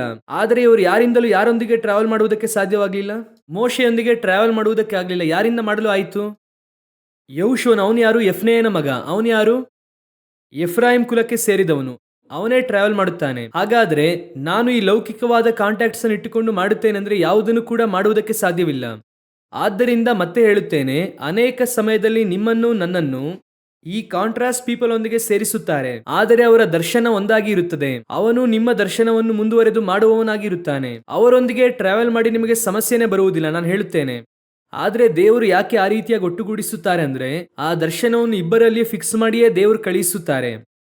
ನೀವು ಆ ವ್ಯಕ್ತಿಯನ್ನು ಸೆಲೆಕ್ಟ್ ಮಾಡಿದ್ರೆ ಮಾತ್ರವೇ ಮುಂದೆ ಹೋಗುವುದಕ್ಕೆ ಸಾಧ್ಯ. ಇಲ್ಲ ಅಂದ್ರೆ ನೀವು ತೆರಾಹನನ್ನು ಸೆಲೆಕ್ಟ್ ಮಾಡಿದ್ರೆ ಆರನ್ನಲ್ಲೇ ತಂಗಿರುತ್ತೀರಾ. ಲೋಟನನ್ನು ಸೆಲೆಕ್ಟ್ ಮಾಡಿದ್ರೆ ವಾಗ್ವಾದ ಉಂಟಾಗುತ್ತದೆ. ನೀವು ಅವರು ಯಾರನ್ನು ಕೂಡ ಸೆಲೆಕ್ಟ್ ಮಾಡಬಾರದು. ಯಾರು ಮಾಡ್ಬೇಕು ಗೊತ್ತಾ? ಸಾರಾಳನ್ನು ಸೆಲೆಕ್ಟ್ ಮಾಡಿ ಹೋಗ್ಬೇಕು. ಸಾರಾಳಿಗೆ ಶರೀರ ಸತ್ತೋಗಿದೆ, ಪರವಾಗಿಲ್ಲ, ಕರ್ಕೊಂಡು ಹೋಗು. ಆಕೆಯಿಂದ ಏನೂ ಲಾಭವಿಲ್ಲ, ಆದ್ರೂ ಕರ್ಕೊಂಡು ಹೋಗು. ಇದರ ಮೂಲಕ ನಾನು ವಾಗ್ದಾನ ನೆರವೇರಿಸುವುದಕ್ಕೆ ಶಕ್ತನಾಗಿದ್ದೇನೆ. ಹಾಲೆಲೂಯಾ. ಸರಿ, ಇದರೊಂದಿಗೆ ಪ್ರಯಾಣ ಮುಗಿಯಿತಾ ಅಂದ್ರೆ ಪ್ರಯಾಣ ಮುಗಿದಿಲ್ಲ. ನಾನೀಗ ಬೆಟ್ಟದ ತುದಿಗೆ ಬಂದಿದ್ದೇನೆ. ಬೆಟ್ಟದ ತುದಿ ಎನ್ನುವಂಥದ್ದು ಒಳ್ಳೆಯ ಅನುಭವನೇ, ಆತ್ಮೀಕ ಜೀವಿತದಲ್ಲಿ ಒಳ್ಳೆಯ ಅನುಭವನೇ. ನಾನು ಕೆಳಗೆ ಇರುವಂತ 6 ಲಕ್ಷ ಗಂಡಸರ ಹಾಗೆ ಅಲ್ಲ, ಆ 70 ಮಂದಿಯ ಹಾಗೆ ಅಲ್ಲ, ಆ 3 ಹಾಗೆ ಅಲ್ಲ. ಒಳ್ಳೆಯ ಪ್ರಕಟಣೆ, ದೇವರಿಗೆ ಸ್ತೋತ್ರ. ಕರ್ತನು ಅನೇಕ ಕಾರ್ಯ ಹೇಳಿಕೊಟ್ಟಿದ್ದಾರೆ, ಸೇವೆ ಬೆಳೆಯುತ್ತಿದೆ. ಅನೇಕರು ಹೇಳುತ್ತಾರೆ ಎಲ್ಲ ಇದೆ, ಆದ್ರೆ ಇದರೊಂದಿಗೆ ನನ್ನ ಎಂಡ ಅಂದ್ರೆ ಇಲ್ಲ. ಕಡೆಯದಾಗಿ ಓದಿ ಅದನ್ನು ಮುಗಿಸೋಣ. ವಿಮೋಚನಾ ಕಾಂಡ ಪುಸ್ತಕ 24ನೇ ಅಧ್ಯಾಯ 18ನೇ ವಾಕ್ಯ. ಮೋಶೆ ಆ ಮೇಘದೊಳಗೆ ಪ್ರವೇಶಿಸಿ ಬೆಟ್ಟವನ್ನೇರಿದನು. ಅವನು ಆ ಬೆಟ್ಟದಲ್ಲಿ ಹಗಲಿರುಳು 40 ದಿವಸ ಇದ್ದನು. ಚೆನ್ನಾಗಿ ಗಮನಿಸಿರಿ, ಬಂದದ್ದೇನೋ ಇಬ್ಬರು ಕೂಡ ಬೆಟ್ಟದ ತುದಿಗೆ ಬಂದರು. ಆದರೆ ವಾಕ್ಯ ಹೇಳುತ್ತದೆ ಮೋಶೆ ಅಲ್ಲಿಂದ ಎಲ್ಲಿ ಹೋದ? ಮೇಘದ ಒಳಗೆ ಹೋದ ಎಂಬುದಾಗಿ ವಾಕ್ಯ ಹೇಳುತ್ತದೆ. ಮೋಶೆ ಆ ಮೇಘದ ಒಳಗೆ ಪ್ರವೇಶಿಸಿ ಬೆಟ್ಟವನ್ನೇರಿದನು. ಅವನು ಆ ಬೆಟ್ಟದಲ್ಲಿ ಹಗಲಿರುಳು 40 ದಿವಸ ಇದ್ದನು. ಅಲ್ಲಿ ಯೆಹೋಶುವ ಇಲ್ಲ ನೋಡಿ. ಯಾರಿಲ್ಲ? ಯೆಹೋಶುವನಿಲ್ಲ. ಹಾಗಂದರೆ ಏನು ಅರ್ಥ? ದರ್ಶನ ಇರುವಂತವರೆಲ್ಲ ಬರಬಹುದು, ಆದರೆ ನಿನಗೆಂದು ಒಂದು ಡೆಸ್ಟಿನೇಷನ್ ಅನ್ನು ಇಟ್ಟಿರುತ್ತಾರೆ. ನೀನು ತಲುಪಬೇಕಾದೊಂದು ಸ್ಥಳ ಇದೆ. ಆ ಸ್ಥಳಕ್ಕೆ ದೇವರು ನಿನ್ನನ್ನು ಮಾತ್ರ ಕರೆದುಕೊಂಡು ಹೋಗುತ್ತಾರೆ. ಅದು ನಿನಗೆಂದು ಫಿಕ್ಸ್ ಮಾಡಿದ್ದು. ಆ ರೀತಿಯಾಗಿರುವಂತಹ ಸ್ಥಳವನ್ನು ದೇವರು ಒಬ್ಬೊಬ್ಬರಿಗೂ ಇಟ್ಟಿದ್ದಾರೆ. Each and everybody. ಒಂದು ಬೆಟ್ಟದಲ್ಲಿ ಅನೇಕ ದಿಕ್ಕುಗಳಿಂದ ಯಾರು ಬೇಕಾದ್ರೂ ಹತ್ತಬಹುದು. ಎಲ್ಲರೂ ಮೇಘದೊಳಗೆ ಹೋಗಬಹುದು, ಆದ್ರೆ ಹೋಗುವುದು ಅಲ್ಲೇ ಇದೆ. ನಾವು ಆ ಮೇಘದ ಒಳಗೆ ಹೋಗುವಂತಹ ಸ್ಥಳಕ್ಕೆ ಬಂದಿದ್ದೇವಾ ಎನ್ನುವುದೇ ಪ್ರಶ್ನೆ. ಈಗ ಈ 4 ಗುಂಪು ಇದೆ. ಈ ಮೇಘದೊಳಗೆ ಹೋಗುತ್ತಾರೆ ನೋಡಿ, ಅವರಿಗೆ ಪ್ರಕಟಣೆ ಸಿಗುತ್ತದೆ. ಅವನೇ ದೇವರನ್ನು ಮುಖಾಮುಖಿಯಾಗಿ ದರ್ಶಿಸುತ್ತಾನೆ. ಅವನೇ ದೇವರ ಸ್ವರವನ್ನು ಕೇಳುತ್ತಾನೆ. ಇವರು ದೇವರನ್ನು ನೋಡುತ್ತಾರೆ, ಆದ್ರೆ ಏನು ಕಾಣುವುದಿಲ್ಲ. ಅಷ್ಟೇ, ನೋಡಿದಾಯ್ತು, ತಿಂದಾಯ್ತು, ಸ್ಯಾಟಿಸ್ಫೈಡ್. ಇವನು ಇನ್ನೂ ಸ್ವಲ್ಪ ಮೇಲೆ ಬರುತ್ತಾನೆ. ಒಂದು ಹಂತದಲ್ಲಿ ಆ ಮೇಘದ ದೃಶ್ಯ ಹೇಗಿತ್ತಂತೆ ವಾಕ್ಯ ಹೇಳುತ್ತದೆ. 17ನೇ ವಾಕ್ಯ, ಯೆಹೋವನ ತೇಜಸ್ಸು ಬೆಟ್ಟದ ಶಿಖರದ ಮೇಲೆ ಪ್ರಜ್ವಲಿಸುವ ಬೆಂಕಿಯೋಪಾದಿಯಲ್ಲಿ ಇಸ್ರಾಯೇಲರಿಗೆ ಕಾಣಿಸಿತು. ಅವರಿಗೆ ಅದನ್ನು ನೋಡುವುದಕ್ಕೆ ಪ್ರಜ್ವಲಿಸುವ ಬೆಂಕಿಯಾಗೇ ಇದೆ, ಆದ್ರೆ ಅದರೊಳಗೆ ಯಾರಿದ್ದಾರೆ ಗೊತ್ತಾ? ಮೋಶೆ ಇದ್ದಾನೆ. ಈ ಹಂತಕ್ಕೆ ನೀವು ನಾನು ಬರಬೇಕು, ಆ ಹಂತವನ್ನು ಅಚೀವ್ ಮಾಡಬೇಕು. ಅದೇನೆ ಯೋಹಾನನು ಹೇಳುತ್ತಾನೆ, ಕರ್ತನ ದಿನದಲ್ಲಿ ನಾನು ದೇವರಾತ್ಮ ವಶನಾದೆನು. ನಾನು ಅಪೊಸ್ತಲರ ಕೃತ್ಯಗಳು 2ನೇ ಅಧ್ಯಾಯದಲ್ಲಿ ಪವಿತ್ರಾತ್ಮನನ್ನು ಹೊಂದಿಕೊಂಡೆ. ಯಾರು ಯೋಹಾನನ್ನು ಹೊಂದಿಕೊಳ್ಳುತ್ತಾರೆ, ಆನಂತರವಾಗಿ ಅವರು ಸುವಾರ್ತೆಯನ್ನು ಸಾರಿ, ಆನಂತರ ಯೋಹಾನನು ಬರೆದ ಸುವಾರ್ತೆ ಎಂಬುದಾಗಿ ಅದನ್ನು ಬರೆದು ಅದೇ ಮಹಿಮೆಯುಳ್ಳದ್ದು. ಆನಂತರವಾಗಿ ಯೋಹಾನನು ಮಾಡಿದಂತೆ ಎಷ್ಟೋ ಕಾರ್ಯಗಳಿದೆ. ಕುಂಟನನ್ನು ನಡೆಯುವಂತೆ ಮಾಡುತ್ತಾರೆ, ಎಷ್ಟೋ ಇದೆ. ಇದು ಯಾವುದರಲ್ಲೂ ಅವರು ಸ್ಯಾಟಿಸ್ಫೈ ಆಗಲಿಲ್ಲ. ಅವರು ಎಲ್ಲಿ ಬಂದು ಮುಗಿಸುತ್ತಾರೆ ಗೊತ್ತಾ? ಕರ್ತನ ದಿನದಲ್ಲಿ ನಾನು ದೇವರಾತ್ಮ ವಶನಾದೆನು. ದೇವರಾತ್ಮನು ನನ್ನೊಳಗೆ ಬಂದದ್ದು ಒಂದು ಕಾಲಘಟ್ಟ, ನಾನು ದೇವರಾತ್ಮನೊಳಗೆ ಹೋದದ್ದು ಇನ್ನೊಂದು ಕಾಲಘಟ್ಟ. ಅದೇ ಬೈಬಲ್ ಹೇಳುತ್ತದೆ, ಮೋಶೆ ಮೇಘದ ಒಳಗೆ ಪ್ರವೇಶಿಸಿದನು. ಇವರು ಮಹಿಮೆಯ ಒಳಗೆ ಹೋದರು, ಪರಲೋಕಕ್ಕೆ ಪ್ರವೇಶಿಸಿದರು. ನಿಮಗೂ ನನಗೂ ಕಡೆಯ ಡೆಸ್ಟಿನೇಷನ್ ಅದೇ. ಓದಿ ಮುಗಿಸೋಣ. 1 ಥೆಸಲೋನಿಕ 4:16 ಹಾಗೂ 17ನೇ ವಾಕ್ಯ ಓದಿರಿ. 1 ಥೆಸಲೋನಿಕ 4:16 ಹಾಗೂ 17. ಕರ್ತನು ತಾನೇ ಆಜ್ಞಾ ಘೋಷದೊಡನೆಯೂ ಪ್ರಧಾನ ದೂತನ ಶಬ್ದದೊಡನೆಯೂ ದೇವರ ತುತ್ತೂರಿ ಧ್ವನಿಯೊಡನೆಯೂ ಆಕಾಶದಿಂದ ಇಳಿದು ಬರುವನು. ಆಗ ಕ್ರಿಸ್ತನಲ್ಲಿರುವ ಸತ್ತವರು ಮೊದಲು ಎದ್ದು ಬರುವರು. ಆಮೇಲೆ ಜೀವದಿಂದುಳಿದಿರುವ ನಾವು ಅಂತರಿಕ್ಷದಲ್ಲಿ ಕರ್ತನನ್ನು ಎದುರುಗೊಳ್ಳುವುದಕ್ಕಾಗಿ ಅವರ ಸಂಗಡಲೇ ಮೇಘವಾಹನರಾಗಿ ಪಕ್ಕನೆ ಒಯ್ಯಲ್ಪಡುವೆವು. ಹಾಗಾದ್ರೆ ನೀವು ನಾನು ಎಲ್ಲಿ ಹೋಗುತ್ತೇವೆ? ಮೇಘದ ಒಳಗೆ ಮೇಲೆ ಹೋಗುತ್ತೇವೆ. ಈಗ ಮೇಘದ ಒಳಗೆ ನೀವು ಹೋಗಬೇಕು ಅಂದರೆ ನೀವು ಮಾಡಬೇಕಾದಂಥ ಮುಖ್ಯವಾದ ವಿಷಯ, ಮೊದಲನೆಯದಾಗಿ ಈ 6 ಲಕ್ಷ ಗಂಡಸರಿಂದ ಪ್ರತ್ಯೇಕವಾಗಿ ಸ್ವಲ್ಪ ಬೆಟ್ಟವನ್ನು ಮೇಲೆ ಹತ್ತಬೇಕು. ಸ್ವಲ್ಪ ನಿಮ್ಮನ್ನು ಪ್ರತ್ಯೇಕಿಸಿಕೊಳ್ಳಬೇಕು. ಈ ಉಣ್ಣುತ್ತಾ ಕುಡಿಯುತ್ತಾ ಜಾಲಿಯಾಗಿರುವವರು, ಇದೆಲ್ಲ ಎಂಟರ್ಟೈನ್ಮೆಂಟ್. ಕೆಲವರು ಹೇಳುತ್ತಾರೆ, ಬಹಳ ಓವರ್ ಆಗೆಲ್ಲ ಹೋಗ್ಬಾರ್ದು ರೀ, ಏನೋ ಚರ್ಚ್ಗೆ ಬರುತ್ತೇವೆ ಹೋಗುತ್ತೇವೆ, ಭಾಗವಹಿಸಬೇಕು ಅಷ್ಟೇನೆ. ಬಹಳ ಓವರ್ ಆಗಿ ಪರಿಶುದ್ಧತೆ, ಪ್ರಾರ್ಥನೆ, ಬೈಬಲ್ ಓದ್ಬೇಕು, ಇಷ್ಟು ಓವರ್ ಆಗಿ ಹೋಗ್ಬೇಡ ಅನ್ನುತ್ತಾರೆ ಒಂದು ಗುಂಪು. ಈಗ ಇದನ್ನು ದಾಟಿ ಇನ್ನೊಂದು ಸ್ಟೇಜ್ಗೆ ಬರುತ್ತೀರಾ, ಇಲ್ಲಿ ಬರುತ್ತೀರಾ. ಈಗ ನೀವು ಪ್ರತ್ಯೇಕವಾದವರೇ. ಅವರೊಂದಿಗೆ ಕಂಪೇರ್ ಮಾಡಿದ್ರೆ ನಿಮ್ಮ ಸ್ಪಿರಿಚುವಲ್ ಲೈಫ್ ಚೆನ್ನಾಗಿದೆ. ನಿಮ್ಮೊಂದಿಗೆ ಓದುವವರು, ಕೆಲಸ ಮಾಡುವವರು, ಅವರೊಂದಿಗೆ ಕಂಪೇರ್ ಮಾಡಿದ್ರೆ ನಾನು ಎಷ್ಟೋ ಪರವಾಗಿಲ್ಲ. ನನ್ನ ಜೊತೆ ಇರುವವರಿಗಿಂತ ನಾನು ಎಷ್ಟೋ ಪರವಾಗಿಲ್ಲ. ನನ್ನ ಜೊತೆ ಇರುವಂತ ಫ್ರೆಂಡ್ಸ್ ಗಿಂತ ನಾನು ಎಷ್ಟೋ ಪರವಾಗಿಲ್ಲ. ಒಂದು ಚಿಕ್ಕ ಡಿಫರೆನ್ಸ್ ನಿಮಗೆ ಇದೆ. ಸ್ವಲ್ಪ ನೀನ್ ಬೆಳೆದಿದ್ಯಾ, ಆದ್ರೆ ಅಲ್ಲೇ ಕೂತುಕೊಳ್ಳಬಾರದು, ಅದರೊಂದಿಗೆ ತೃಪ್ತಿ ಆಗಬಾರದು. ನೀನು ಇನ್ನೂ ಪ್ರಯಾಣ ಮಾಡಬೇಕು. ಹೇಗೆ ಪ್ರಯಾಣ ಮಾಡಬೇಕು ಗೊತ್ತಾ? ನಿನ್ನ ದರ್ಶನದೊಂದಿಗೆ ಮಾಡಬೇಕು. ಮೋಶೆಯೊಂದಿಗೆ ಯೆಹೋಶುವನು ಪ್ರಯಾಣ ಮಾಡುವಾಗ ಒಂದು ದರ್ಶನ ಇದೆ. ಏನ್ ದರ್ಶನ ಇದೆ? ಅವನು ಬಿಡುಗಡೆ ಮಾಡುತ್ತಾನೆ, ನೀನು ಹೋಗಿ ಸೇರಿಸುತ್ತೀಯ. ಆ ದರ್ಶನದೊಂದಿಗೆ ನೀನು ಪ್ರಯಾಣ ಮಾಡಬೇಕು. ಪ್ರಯಾಣ ಮಾಡಿ ದರ್ಶನವನ್ನು ನೆರವೇರಿಸುವಂತದ್ದು ಮಾತ್ರ ನಿಮ್ಮ ಕೆಲಸವಲ್ಲ. ಅದನ್ನು ದಾಟಿ ಮೇಘದ ಒಳಗೆ ಹೋಗಿ ಅವರನ್ನು ಮುಖಾಮುಖಿಯಾಗಿ ಸಂಧಿಸಿ ನಾನು ಅವರಿಂದ ಪ್ರಕಟಣೆಗಳನ್ನು ಹೊಂದುವವನಾಗಿ ಕಾಣಲ್ಪಡುತ್ತೇನೆ. ಈಗ ಮೋಶೆ ಕೆಲಸ ಮುಗಿಯಿತು, ಜನರನ್ನು ಬಿಡಿಸಿದ್ದಾಯಿತು. ಇದರೊಂದಿಗೆ ಫಿನಿಶ್ ಮಾಡಬಹುದಾಗಿತ್ತಲ್ಲ. ಯೆಹೋಶುವನನ್ನು ಅವತ್ತೇ ಅಭಿಷೇಕ ಮಾಡಿ ಹೋಗು ಯೆಹೋಶುವನೇ ಎಂದು ಕಳಿಸಬಹುದಾಗಿತ್ತಲ್ಲ. ಆದ್ರೆ ಇಲ್ಲ, ಇನ್ನು ಯೆಹೋಶುವನ ಕೆಲಸ ಆರಂಭವಾಗಿಲ್ಲ. ಆದರೆ ಮೋಶೆ ಇನ್ನೂ ಕೂಡ ತನ್ನ ಜೀವಿತವನ್ನು ಮುಗಿಸಿಲ್ಲ. ನಾನು ಇನ್ನೂ ಮೇಲೆ ಹೋಗಬೇಕು, ಇನ್ನೂ ಮೇಲೆ ಹೋಗಬೇಕು. ಇದುವೇ ನಿಮ್ಮ ಹಾಗೂ ನನ್ನ ಆಸೆಯಾಗಿರಬೇಕು. ತೃಪ್ತಿ ಆಗುವಂತ ಮನಸ್ಥಿತಿ ಬರಲೇಬಾರದು. ನಾವು ಹೋಗಿ ಅವರನ್ನು ದರ್ಶಿಸುವ ತನಕ, ಅವರು ಬರುವಾಗ ಅವರನ್ನು ದರ್ಶಿಸುವ ತನಕ ನಾನು ಇನ್ನೂ ಕೂಡ ಮೇಲೆ ಏರುತ್ತಲೇ ಇರುತ್ತೇನೆ. ನಾನು ಇನ್ನೂ ಹೋಗುತ್ತೇನೆ, ದೇವರ ಹತ್ರ ಕೇಳಬೇಕು. ನಾನು ಇನ್ನೂ ಕೂಡ ನಿಮ್ಮ ಮಹಿಮೆಯನ್ನು ನೋಡಬೇಕು. ಈ ಒಂದು ಅನುಭವವೇ ನಿಮ್ಮನ್ನು ಎಲ್ಲಿ ನಿಲ್ಲಿಸುತ್ತದೆ ಗೊತ್ತಾ? ಕಡೆಯದಾಗಿ ಮೇಘದಲ್ಲಿ ನಿಲ್ಲಿಸಿ ಪರಲೋಕಕ್ಕೆ ಸೇರಿಸುತ್ತದೆ. ಹಾಲೆಲೂಯ. ನಾವೆಲ್ಲರೂ ಕೂಡ ಪ್ರಾರ್ಥಿಸೋಣ. ಎಲ್ಲರೂ ಕೂಡ ಎದ್ದು ನಿಲ್ಲೋಣವ. ಈಗ ನಾವು ಇದರಲ್ಲಿ ಯಾವ ಹಂತದಲ್ಲಿ ಇದ್ದೇವೆ ಎಂಬುದಾಗಿ ನೋಡಿ. ಮೊದಲನೆಯದಾಗಿ, ಪ್ರಯಾಣ ಮಾಡುವವರ ಗುಂಪಿನಲ್ಲಿ ನಾವು ಇದ್ದೇವೆ. ನಾವು ಬಿಡುಗಡೆ ಹೊಂದಿದ್ದೇವೆ. ನಾವು ಕೂಡ ಎಲ್ಲರ ಹಾಗೆ ಬಂದ್ವಿ. ಆದರೆ ತಿನ್ನುತ್ತಾ ಕುಡಿಯುತ್ತಾ ಅವರೊಂದಿಗೆ ಸಾಯುವಂತ ಗುಂಪಲ್ಲ. ತಿನ್ನೋಣ, ಕುಡಿಯೋಣ, ನಾಳೆ ಸಾಯೋಣ ಎನ್ನುವಂತ ಗುಂಪಲ್ಲ. ನಾನು ಇನ್ನೂ ಸ್ವಲ್ಪ ಮೇಲೆ ಹೋಗಿ ದೇವರೊಂದಿಗೆ ಅವರನ್ನು ದರ್ಶಿಸುವಂತ ಗುಂಪು. ದರ್ಶಿಸಿದ ನಂತರವಾಗಿ ತಿಂದು ಕುಡಿದು ಸಂತೋಷವಾಗಿರುವಂತ ಗುಂಪಲ್ಲ. ನಾನು ಇನ್ನೂ ಸ್ವಲ್ಪ ಮೇಲೆ ಹೋಗುತ್ತೇನೆ. ನನ್ನ ದರ್ಶನವನ್ನು ನೆರವೇರಿಸುವಂತವರೊಂದಿಗೆ ನಾನು ಹೋಗುತ್ತೇನೆ. ನಾನು ಅವರೊಂದಿಗೆ ಪ್ರಯಾಣ ಮಾಡುತ್ತಾ ಮಾಡುತ್ತಾ ಅವರಿಗೂ ನಮಗೂ ಆ ಒಮ್ಮನಸ್ಸು ಬರುತ್ತದೆ. ಅವರೊಂದಿಗೆ ದೇವರು ಯಾಕೆ ನನ್ನನ್ನು ಸೇರಿಸಿದ್ದಾರೆ ಎನ್ನುವಂತ ಪ್ರಕಟಣೆ ಸಿಗುತ್ತದೆ. ಆ ದರ್ಶನವನ್ನು ನನ್ನ ಮೂಲಕವಾಗಿ ನೆರವೇರಿಸುತ್ತಾರೆ. ನಾನು ಯಾಕೆ ಅವರೊಂದಿಗೆ ಪ್ರಯಾಣ ಮಾಡುತ್ತಿದ್ದೇನೆ, ಯಾಕೆ ದೇವರು ನನ್ನನ್ನು ಅವರೊಂದಿಗೆ ಇಟ್ಟಿದ್ದಾರೆ ಅಂದರೆ, ಅವರ ದರ್ಶನಕ್ಕೂ ನಿಮ್ಮ ದರ್ಶನಕ್ಕೂ ಒಂದು ಕನೆಕ್ಷನ್ ಇದೆ. ನೀವಿಬ್ಬರು ಸೇರಿ ಮಾಡುವಂತ ಕೆಲಸ ಇದೆ. ಅವರು ಆರಂಭಿಸುತ್ತಾರೆ, ನೀವು ಮುಗಿಸುತ್ತೀರಾ. ಇಬ್ಬರು ಸೇರಿದ್ರೇನೆ ಕೆಲಸ ಮುಕ್ತಾಯಕ್ಕೆ ಬರುತ್ತದೆ. ಕೆಲವರೊಂದಿಗೆ ದೇವರು ನಿನ್ನನ್ನು ಇಟ್ಟಿರುವುದಕ್ಕೆ ಅದೇ ಕಾರಣ. ಇವರೊಂದಿಗೆ ಇದ್ದರೆ ನನಗೆ ಯಾವ ಪ್ರಯೋಜನವಿಲ್ಲ ಎಂಬುದಾಗಿ ನೀನು ಅಂದುಕೊಳ್ಳುತ್ತೀಯಲ್ಲ, ಆದರೆ ವಾಕ್ಯ ಹೇಳುತ್ತದೆ ಅವರ ಬಳಿ ಒಂದು ಕೀ ಇದೆ, ಅದೇ ನಿಮ್ಮ ದರ್ಶನವನ್ನು ಓಪನ್ ಮಾಡುವಂತದ್ದಾಗಿದೆ. ಇವನು ಮುಗಿಸಬೇಕು, ಅವನು ಆರಂಭಿಸಬೇಕು. ಆ ವ್ಯಕ್ತಿಯೊಂದಿಗೆ ನೀನು ಪ್ರಯಾಣ ಮಾಡಬೇಕು, ಬೇರೆ ಯಾರೊಂದಿಗೂ ಮಾಡಬಾರದು. ಮಾಡದೆ ಅಂದ್ರೆ ಹಾರಾನ್ನಲ್ಲೇ ತಂಗಿರುತ್ತೀರಾ. ಅಂತಹ ವ್ಯಕ್ತಿಯೊಂದಿಗೆ ಪ್ರಯಾಣ ಮಾಡಿದ್ರಿ ಅಂದ್ರೆ ಲೋಟನೊಂದಿಗೆ ಜಗಳ ಬಂದ ಹಾಗೆ ಬರುತ್ತದೆ. ನೀವು ಪ್ರಯಾಣ ಮಾಡುವಂತ ವ್ಯಕ್ತಿ ನಿಮ್ಮ ಒಂದೇ ದರ್ಶನದೊಂದಿಗೆ ಸಾರಾಳ ಹಾಗೆ ಇರಬೇಕು. ನಿಮಗೆ ಕೊಟ್ಟ ವಾಗ್ದಾನವನ್ನು ಸಾರಾಳ ಮೂಲಕವಾಗಿ ನೆರವೇರಿಸುತ್ತಾರೆ. ನಿಮಗೆ ಹೇಳಿದ ದರ್ಶನವನ್ನು ನಿಮ್ಮೊಂದಿಗಿರುವವರನ್ನಿಟ್ಟು ನೆರವೇರಿಸುತ್ತಾರೆ. You must walk with them. ಕಡೆಯದಾಗಿ, ಫೈನಲ್ ಆಗಿ, ಅವರೆಲ್ಲರಿಗಿಂತ ಮೀರಿ ದೇವರು ನಿನಗಾಗಿ ಪರ್ಟಿಕ್ಯುಲರ್ ಆಗಿ ಯುನಿಕ್ ಆದ ಒಂದು ಸ್ಥಳವನ್ನಿಟ್ಟಿದ್ದಾರೆ. ಅಲ್ಲೇ ನೀನು ಕರ್ತನ ಮುಖವನ್ನು ನೋಡುತ್ತೀಯ, ಅಲ್ಲೇ ನೀನು ಕರ್ತನ ಸ್ವರವನ್ನು ಕೇಳುತ್ತೀಯ. ಆ ಸ್ಥಳ ಬೇರೆ ಯಾರಿಗೂ ಇಲ್ಲ, ನಿನ್ನೊಂದಿಗೆ ದರ್ಶನದಲ್ಲಿರುವವರಿಗೂ ಕೂಡ ಇಲ್ಲ. ಅದು ನೀನು ಮಾತ್ರ ತಂಗುವಂತಹ ಸ್ಥಳ, ನೀನು ಹಾಗೂ ದೇವರು ಸಂಚರಿಸುವಂತಹ ಸ್ಥಳ, ದೇವರು ತಮ್ಮ ರಹಸ್ಯವನ್ನು ಮಾತನಾಡುವ ಸ್ಥಳ, ದೇವರು ತನ್ನ ಹೃದಯದ ಆಶಯಗಳನ್ನು ಹಂಚಿಕೊಳ್ಳುವಂತಹ ಸ್ಥಳ. ಆ ಸ್ಥಳಕ್ಕೆ ದೇವರು ನಿಮ್ಮನ್ನು ಕರೆಯುತ್ತಿದ್ದಾರೆ. ಎಲ್ಲರ ಬಳಿ ಎಲ್ಲವನ್ನು ಹೇಳಿ ಯೋಹಾನನನ್ನು ನೋಡಿ ಹೇಳುತ್ತಾರೆ, ಇಲ್ಲಿ ಏರಿ ಬಾ, ಮುಂದೆ ಸಂಭವಿಸಬೇಕಾದದನ್ನು ನಾನು ನಿನಗೆ ತೋರಿಸುತ್ತೇನೆ.